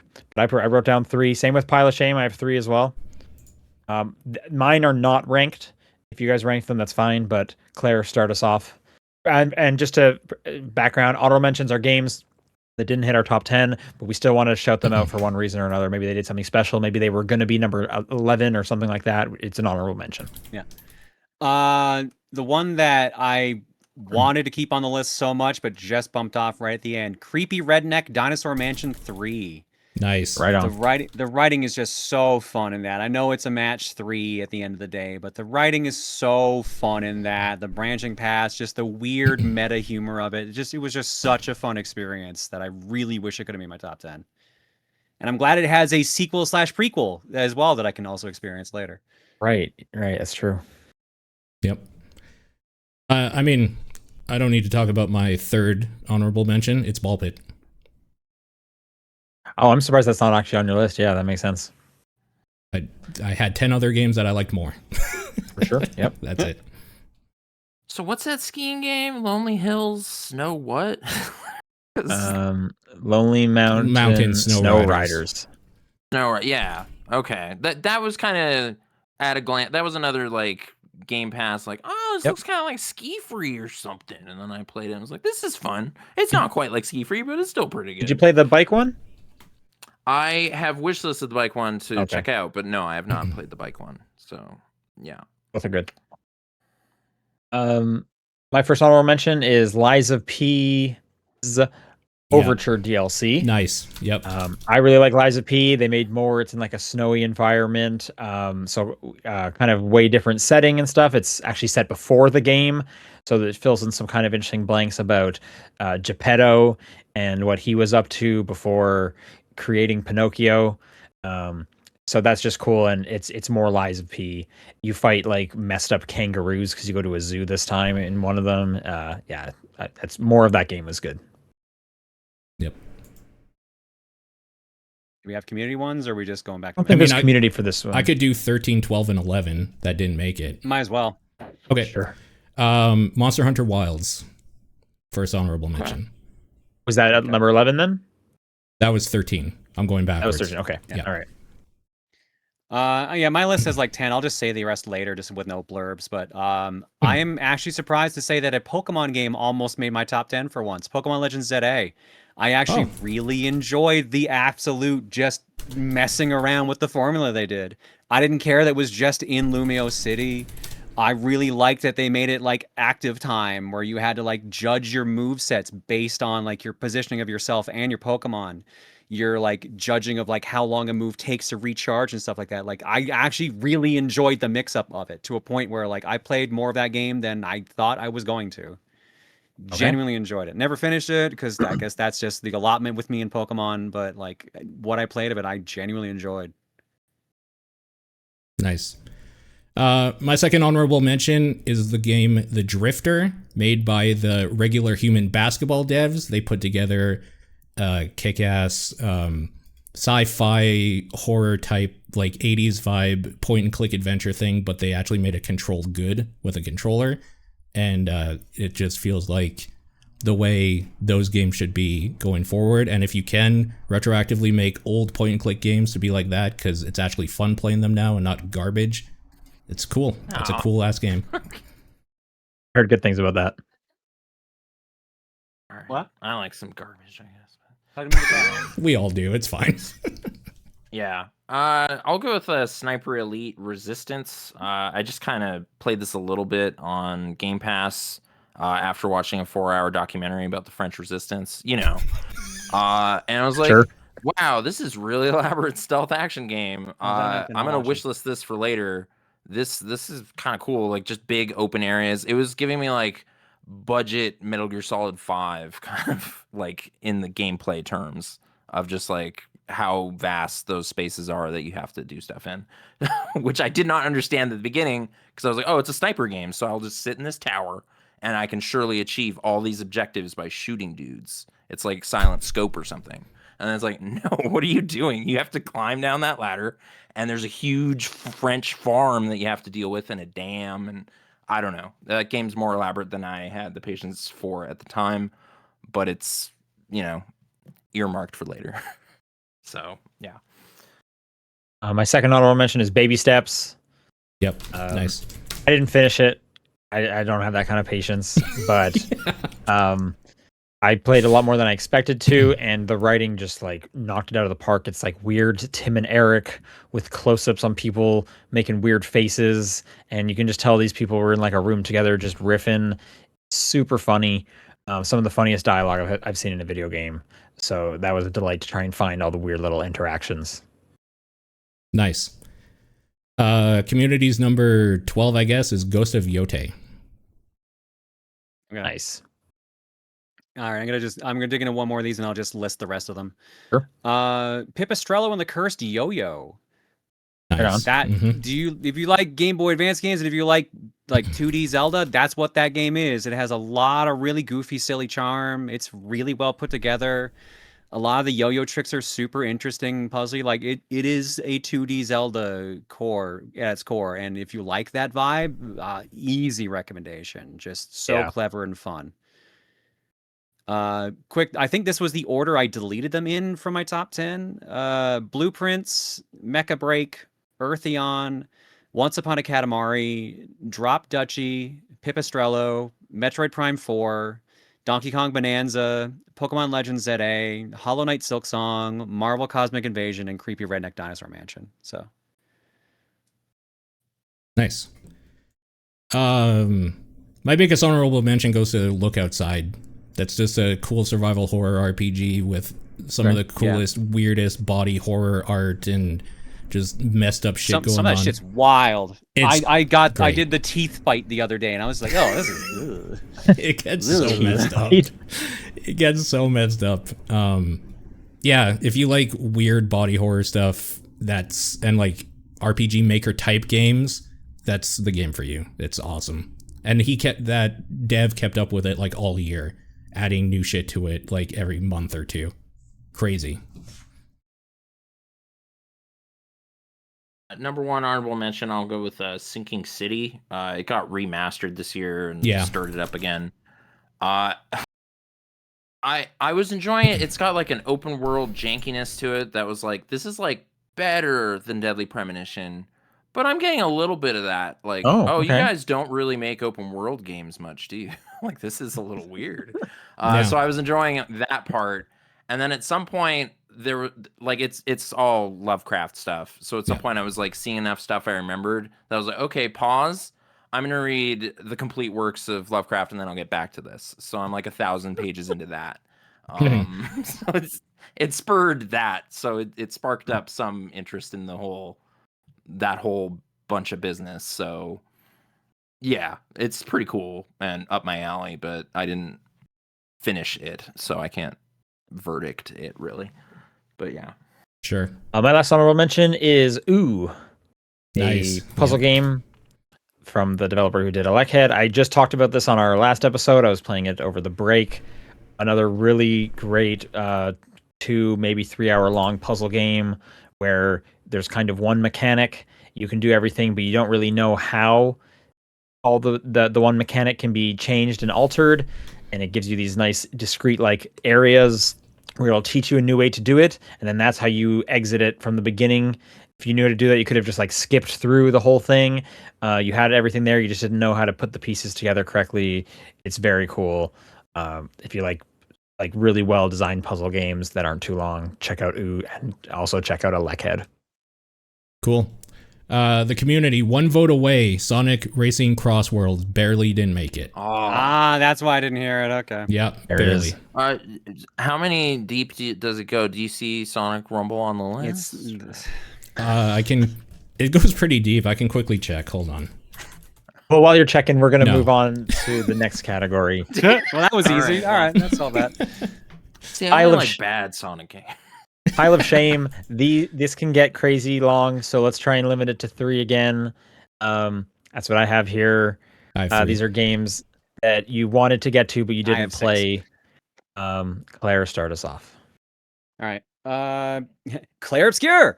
Yeah, Really wish I had gotten around to this one. I was finally in the mood for a JRPG, but stupid me was like, oh, I need a physical copy. And then by the time I finally got one, like the zeitgeist had passed and my mood for it had passed. So I know I got to touch it at some point and check it out. If not just for the name, but Yeah, no, that's one I really wish I had gotten to try out because everyone's like, oh, like if you like Legend of Dragoon or if you like the Yeah. timing combat, you will probably like this, and I do Yeah. like Legend of Dragoon. So Yep. My number 3 was Pipistrel and the Cursed Yo-Yo. I think I would love that thing, but I'm probably not going to play you it would anytime soon. absolutely. So it is. What I think it is. I think you would vibe with it. Yeah. This one I feel just missed being what I wanted thanks to kicking off last year with Starfield and then getting into Avowed. By the time Outer Worlds 2 was out, I was just like, dude, I just don't want a space adventure right now. Love that first game. Keen to see what happened with this one. I don't know how it reviewed or sold or anything, but I'm just like some Obsidian business, so one day I'll see what the dystopic corporate hellscape of Outer Worlds 2 is doing, but I'm with you it on that. wasn't I this just year. was like never really in the mood. I played like the first world, and then just Mhm. was like, okay, good breaking point, and just kind of never got back to it. But I want to.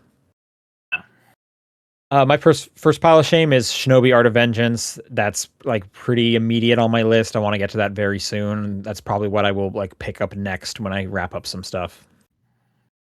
Yeah. I guess we nothing for the community, right? No, we actually do. I just noticed. I thought we didn't, but I just checked. Ball Pit was their number 3. Yeah, that's fair. Hmm. This is kind of cheating because this Ninja Gaiden 4. So out of all 3 of the Ninja Gaiden games that came out this year, that's the only one I didn't play. But Yeah. I wrote sorta on this one because actually I am playing it on stream later this month. Okay. Because we were doing competitions in this last year for game clearing, and one of the people won it and picked Ninja Gaiden 4, but I couldn't fit it properly into the schedule without just throwing off everything else. So it gets played after the next game clearing game, which is Castlevania Curse of Darkness. So that will be rectified fairly quickly. Nice. Oh, Curse of Darkness. Yeah, we just finished Lament of Innocence like Monday, Okay. and now Curse of Darkness is on this coming Monday. All right. My second is a game called Sorry We're Closed that came out, I think, at the beginning of this year, like really I think early. that was February, yeah. Again, just a cool looking survival horror game that has shooter elements in it and like puzzle solving and stuff like that. It just seemed really, really neat. And I've heard good things about it. Didn't get to it though. It was free on Epic though, like last week, so I have it now. That's cool. I had no means to play this game because I don't have a Switch 2, but the existence of Kirby Air Riders and like a friend of mine being in this like the small group of people are just like, oh, I've been playing that game for like 20 years, like the first one. It's just amazing. Yeah. Me and my brother just load it up and do city trials. That's exactly why I It's don't like that game, because I have a bunch of friends that have been playing it for 20 years. Yeah, okay.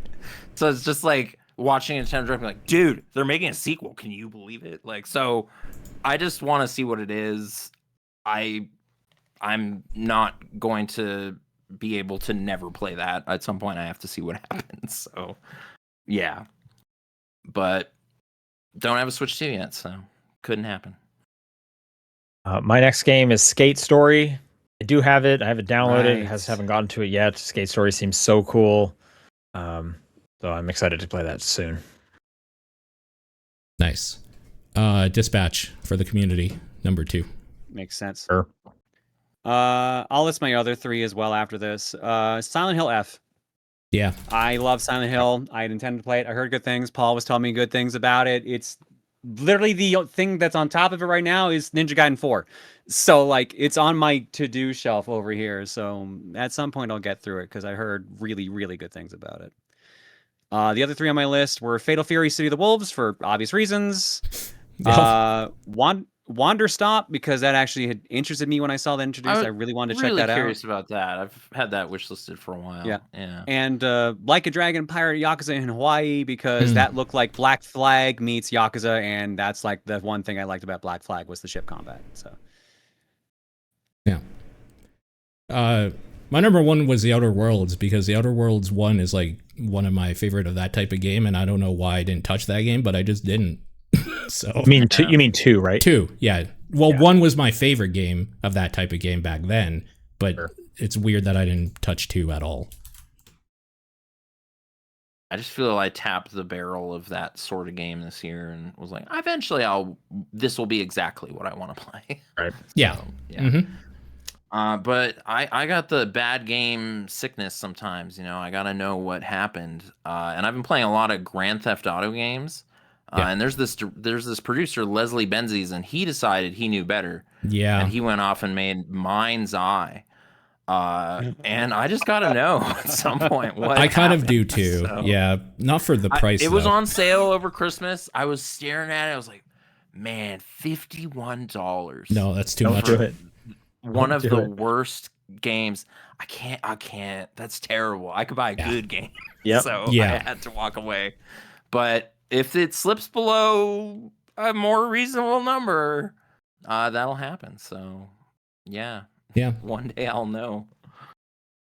My last one, it's lined up to be my next before bed game, probably, as it's a lot of reading and whatnot, is the 100-line Last it. Defense Academy. Yep. Oof. That's a Um, long ass game. I understand it's like 100 hours and there's like 100 It's different 'cause endings. it actually has 100 endings. Yeah. Yeah, so it'll last me a while. But that's the next one lined up. Nice. The community's top was Expedition 33. Yeah. Right on. Good game. All right. Now to predict what our 2026 game of the year is going to be. Claire, start us off. I just at this point it's the funny carryover option GTA 6. Sure. Fair enough. All right. Sure. If it comes out, we'll see. Yeah. Actual entry I put in here 007 First Light. I love James Bond, and as much as I've not gotten into IO interactive games, what I've seen of that game looks really fun. And it seems like they kind of get the spirit of 007 and the goofiness that the parts that I enjoy of James Bond. So I'm hopeful for it. Yeah. Okay. I'm hopeful Super Meat Boy 3D. That Could makes be sense. My game of the year. You like the demo? Yep.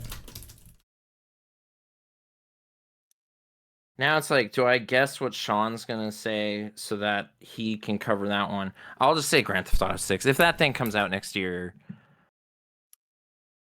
I'm gonna be into that. So yeah, that'll be on something. That'll be on a list of some kind next year. So maybe it'll be the best if it comes out. What did you think I was gonna say? Control Resonant. Yeah, that's what I put down. Yeah, I was like, because I could just say Control Resonant because that's right there as well. But yeah. Yeah, I mean, I love Control, and I thought that trailer at the Game Awards looked awesome. I'm very excited to see what the next thing from Remedy. So Control Resonant. Okay. All right. Is there community for this one? There is, and it's GTA 6. Yeah, that makes sense. Okay. Okay. Last is we're gonna put some predictions together.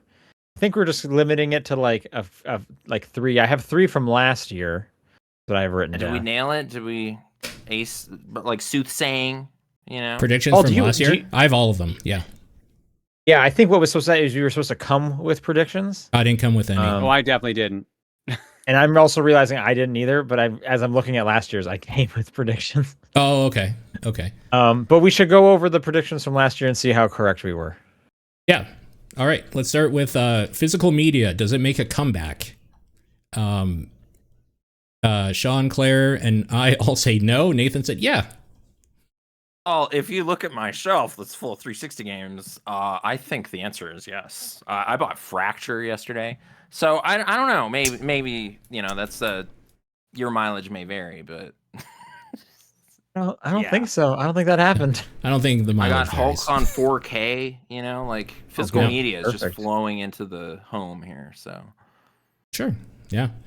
self-fulfilling prophecy. Next was, does Sony or Xbox announce a dedicated handheld? Sean and Claire said no, and Nathan and I said yes. Oh, Does the ROG count as a dedicated Does handheld? that Because count? that's kind of an open. I think yeah. I would say it counts. It's called like the Xbox Xbox got behind Ally, it. It's so they yes. put the name on it. It has an Xbox I button. guess, yeah. Oh, Yeah. Sony didn't. Xbox did. Xbox-ish. Sony didn't. Yeah. No. Okay. Next up, we had 2 Switch 2 related things. An announcement date and price. Starting with announcement date. Good. Okay. The 3 of us said February and Nathan said March for the announcement. Not the release date, but when they would announce Announcement. the Switch 2 officially. We picked Do like we a know month. when it was officially announced? It was like April or May. So Nathan was Oh. more close. So Nathan was closest. Yeah. I lowballed the price hard, but I was trying to. Yeah. manifest So that. the price. The price. Sean said 400. Oh no, sorry. It was announced first tease in a short video in January. Oh, And then they had the dedicated long where they explained everything on April. Weird. Okay. Gotcha. Hmm. Okay. Alright. Price. Sean said 400. Claire said between 400 and 450, low to high end. I said 300. Nathan said 250. Yeah.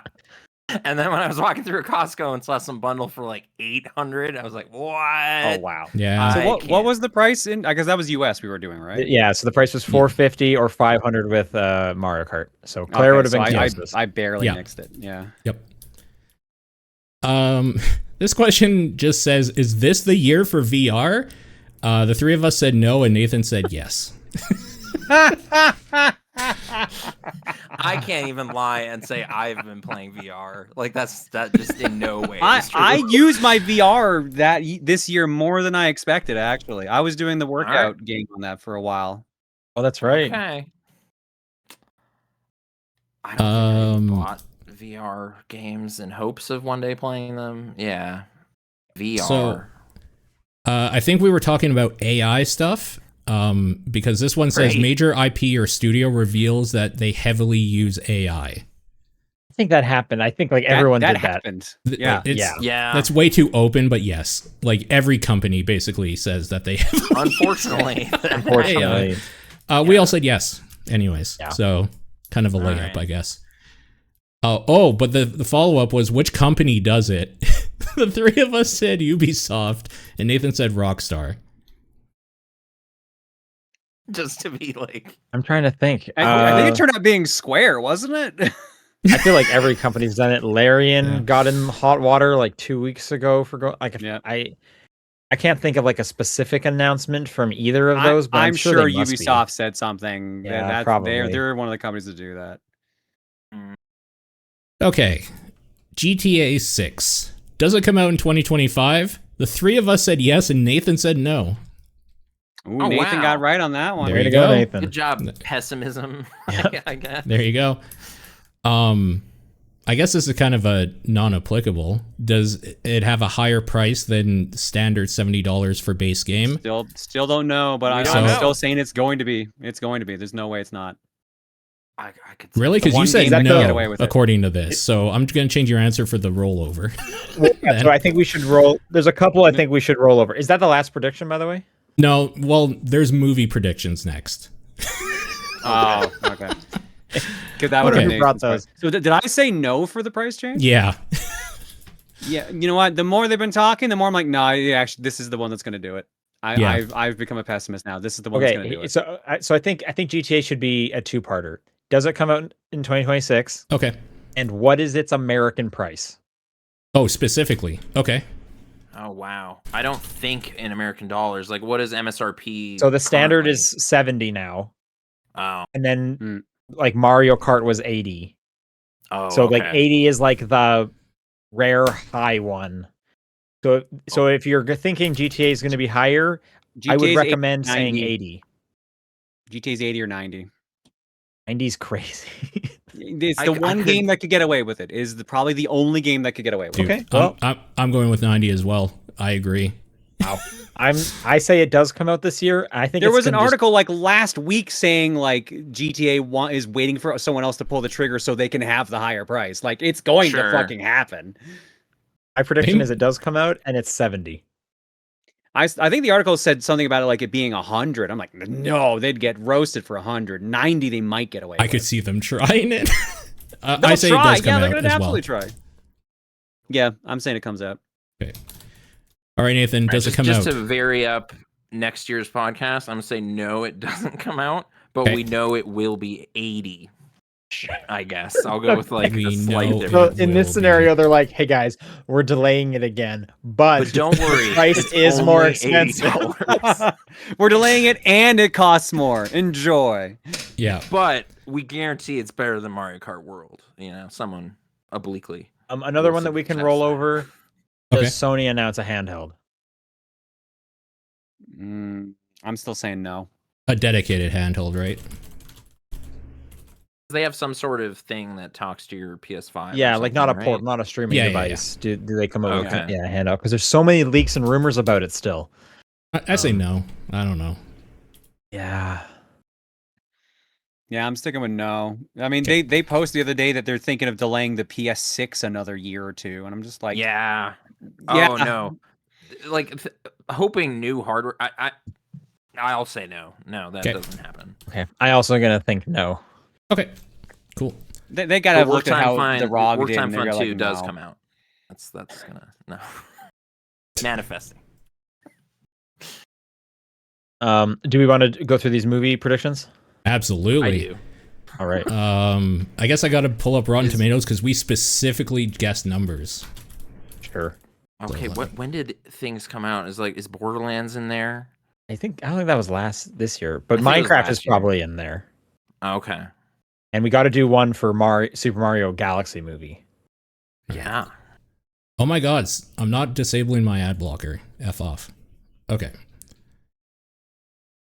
Oh, they literally just won't let me use it unless I do. Hold on a second. I'm gonna be A able to help stupid out then. site. What are you looking In at? this little gap here, I'll also mention about the Prince Caspian game on Xbox 360. So Nice. that's gonna be cool. Yeah. Okay.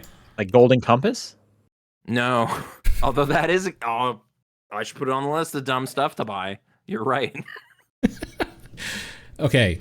Until Dawn movie prediction. Rotten okay. Tomatoes. Wow. Sean, you said 49%. Claire said 40%. I said 63%. And Nathan said 75%. It Success is- all over the place. Currently. Wait, which one are we going on? The tomato meter or the popcorn meter? The tomato, like The tomato meter. Tomato meter? Yeah, yeah. 51% is what it's I'm pretty at. close. Ooh. I was like 2 off. You were too. What You was were the closest. popcorn meter since you're looking at it. Popcorn meter is 66%. Okay. See, if In it was which case I 75, would have been claim closer. victory somehow, but yeah. Fair enough. Yeah. Okay. Next up, Minecraft. Sean, you were at 14%.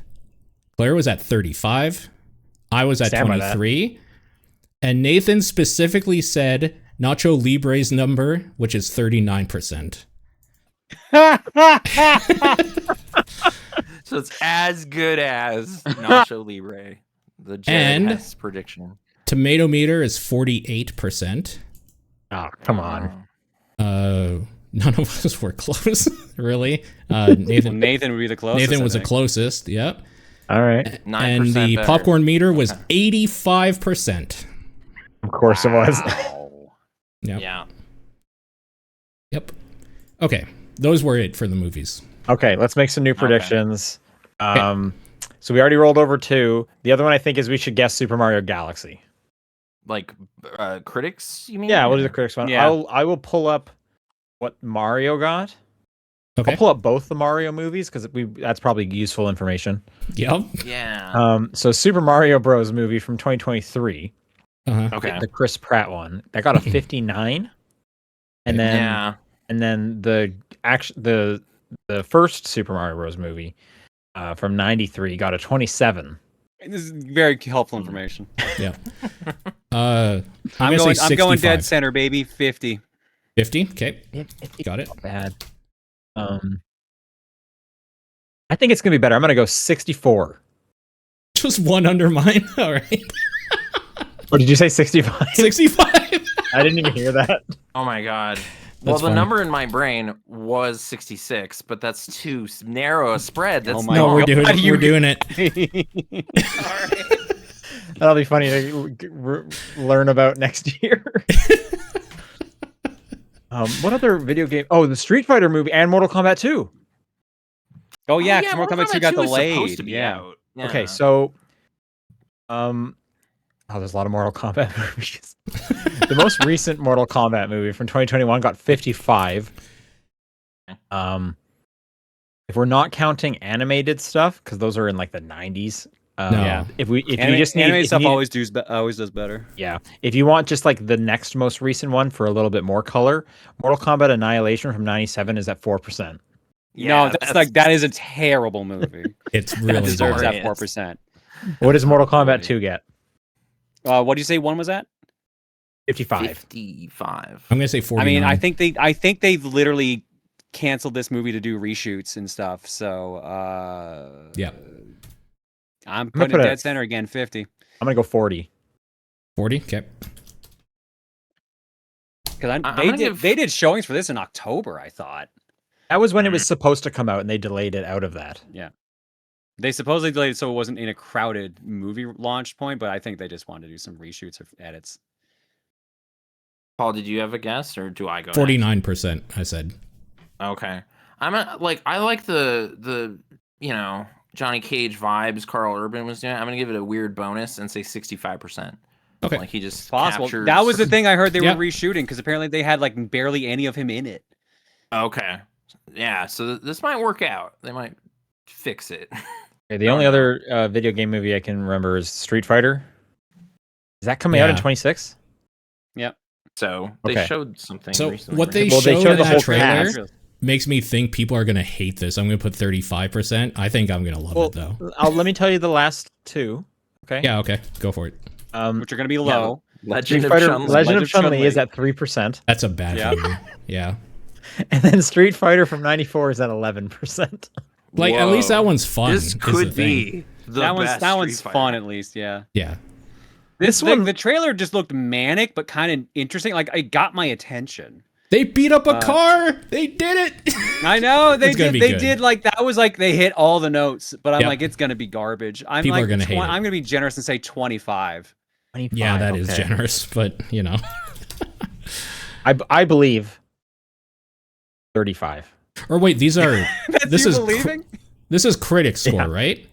Yeah. Yeah. Oh, 20%. I'm changing mine. Okay. Critics suck. They don't have Oh. any fun. Critics tend to not have much fun. Yeah. Oh boy.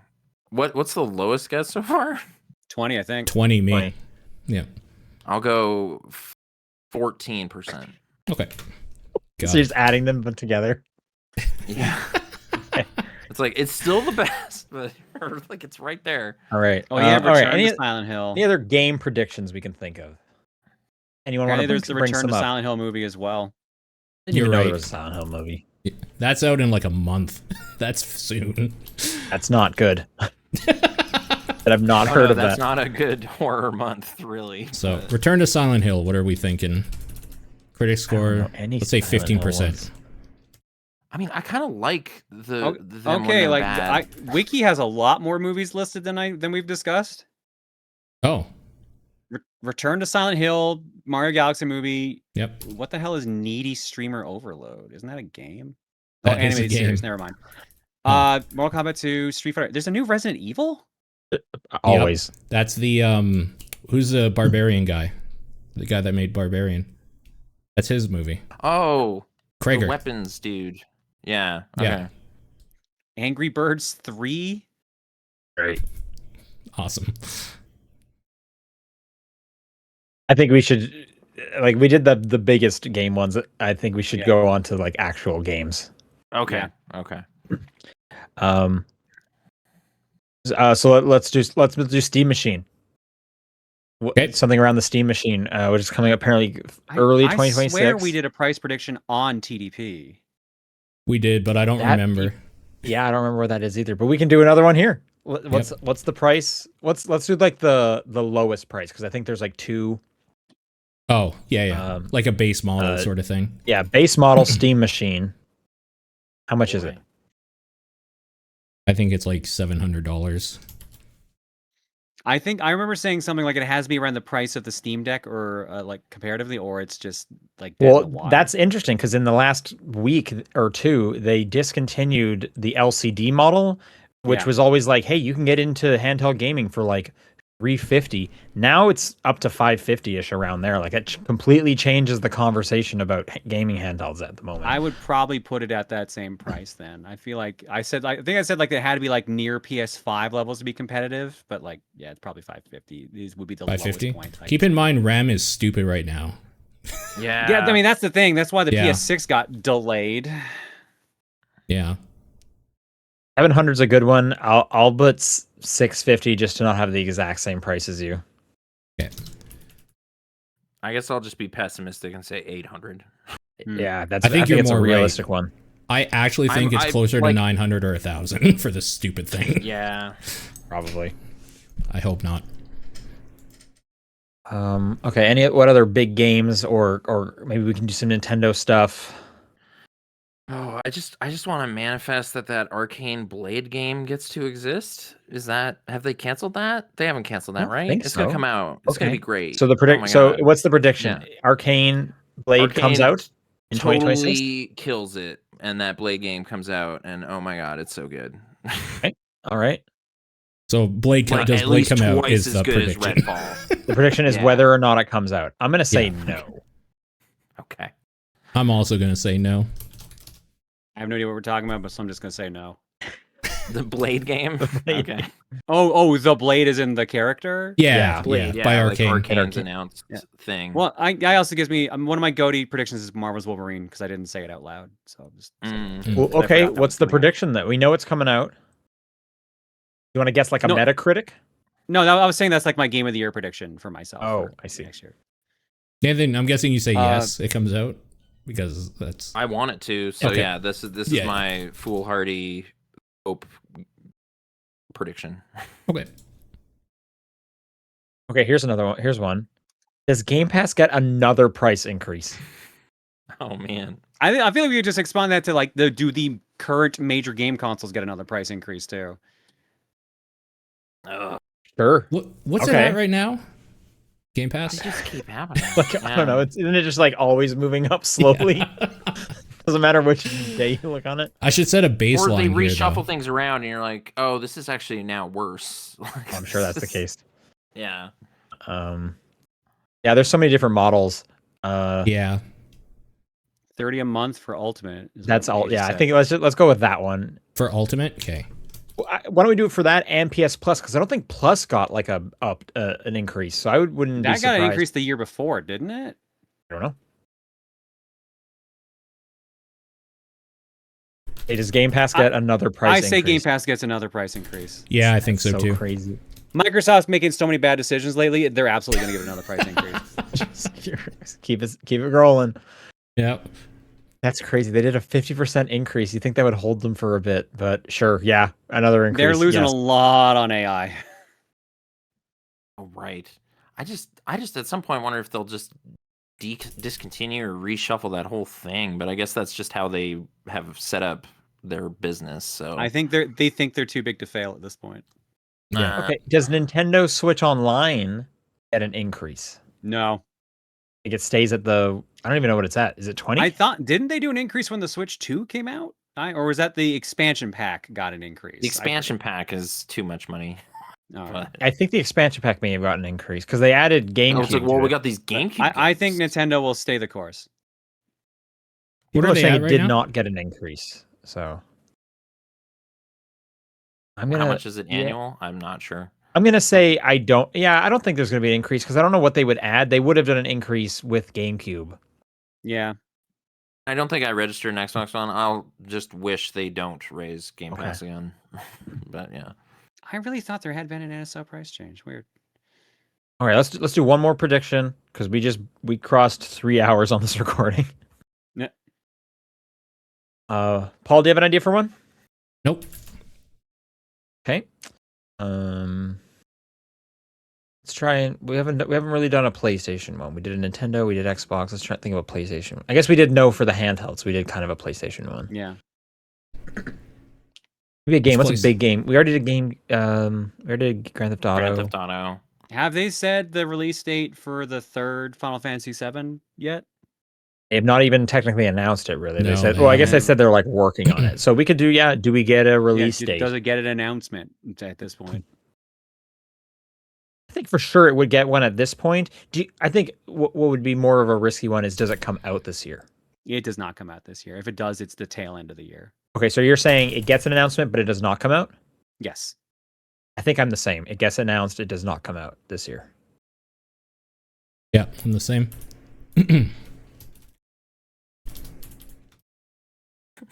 Like I'm trying to think, what's the opposite? It's like it doesn't get announced. It but gets shadow does come dropped. out. Like it gets shadow Yeah. dropped at some kind of stream. Like it's out now. Yeah, it's in Out. Kmart's across the country. It's crazy. Now I don't know that I have anything odd to add to that. Like they probably announced it late in the year and it comes out next year, if that happens at all. You know what? I'll just say they don't announce it at all next year. Next Okay. year, no news. So, Okay. about No. Final Fantasy VII. Yep. Got it. All right. I think All right. that's a long enough podcast. Agreed. Alright. Thanks everyone for listening. Nathan, thank you for being here. Thank you. Thank you, everyone. We'll be back next week. If you want to send in questions, you know the usual stuff. topdownperspective@gmail.com, at TDP Podcast on Blue Sky, our Discord channel, Claire's P.O. Box. Nathan, do you have anything you want to plug? No, not really. I don't Alright. have a podcast I'm doing anymore. So, and I don't want to endorse the filthy games I talked about any more than I already have. So, yeah. Just All right. no, just Nathan. I guess you can follow the old OK Video Blue Sky. I'm still there, All right. So yeah. Go to get more Nathan. That's going to do it. Thank you, everyone, for listening, and we'll see you next week. Bye. Happy New Year.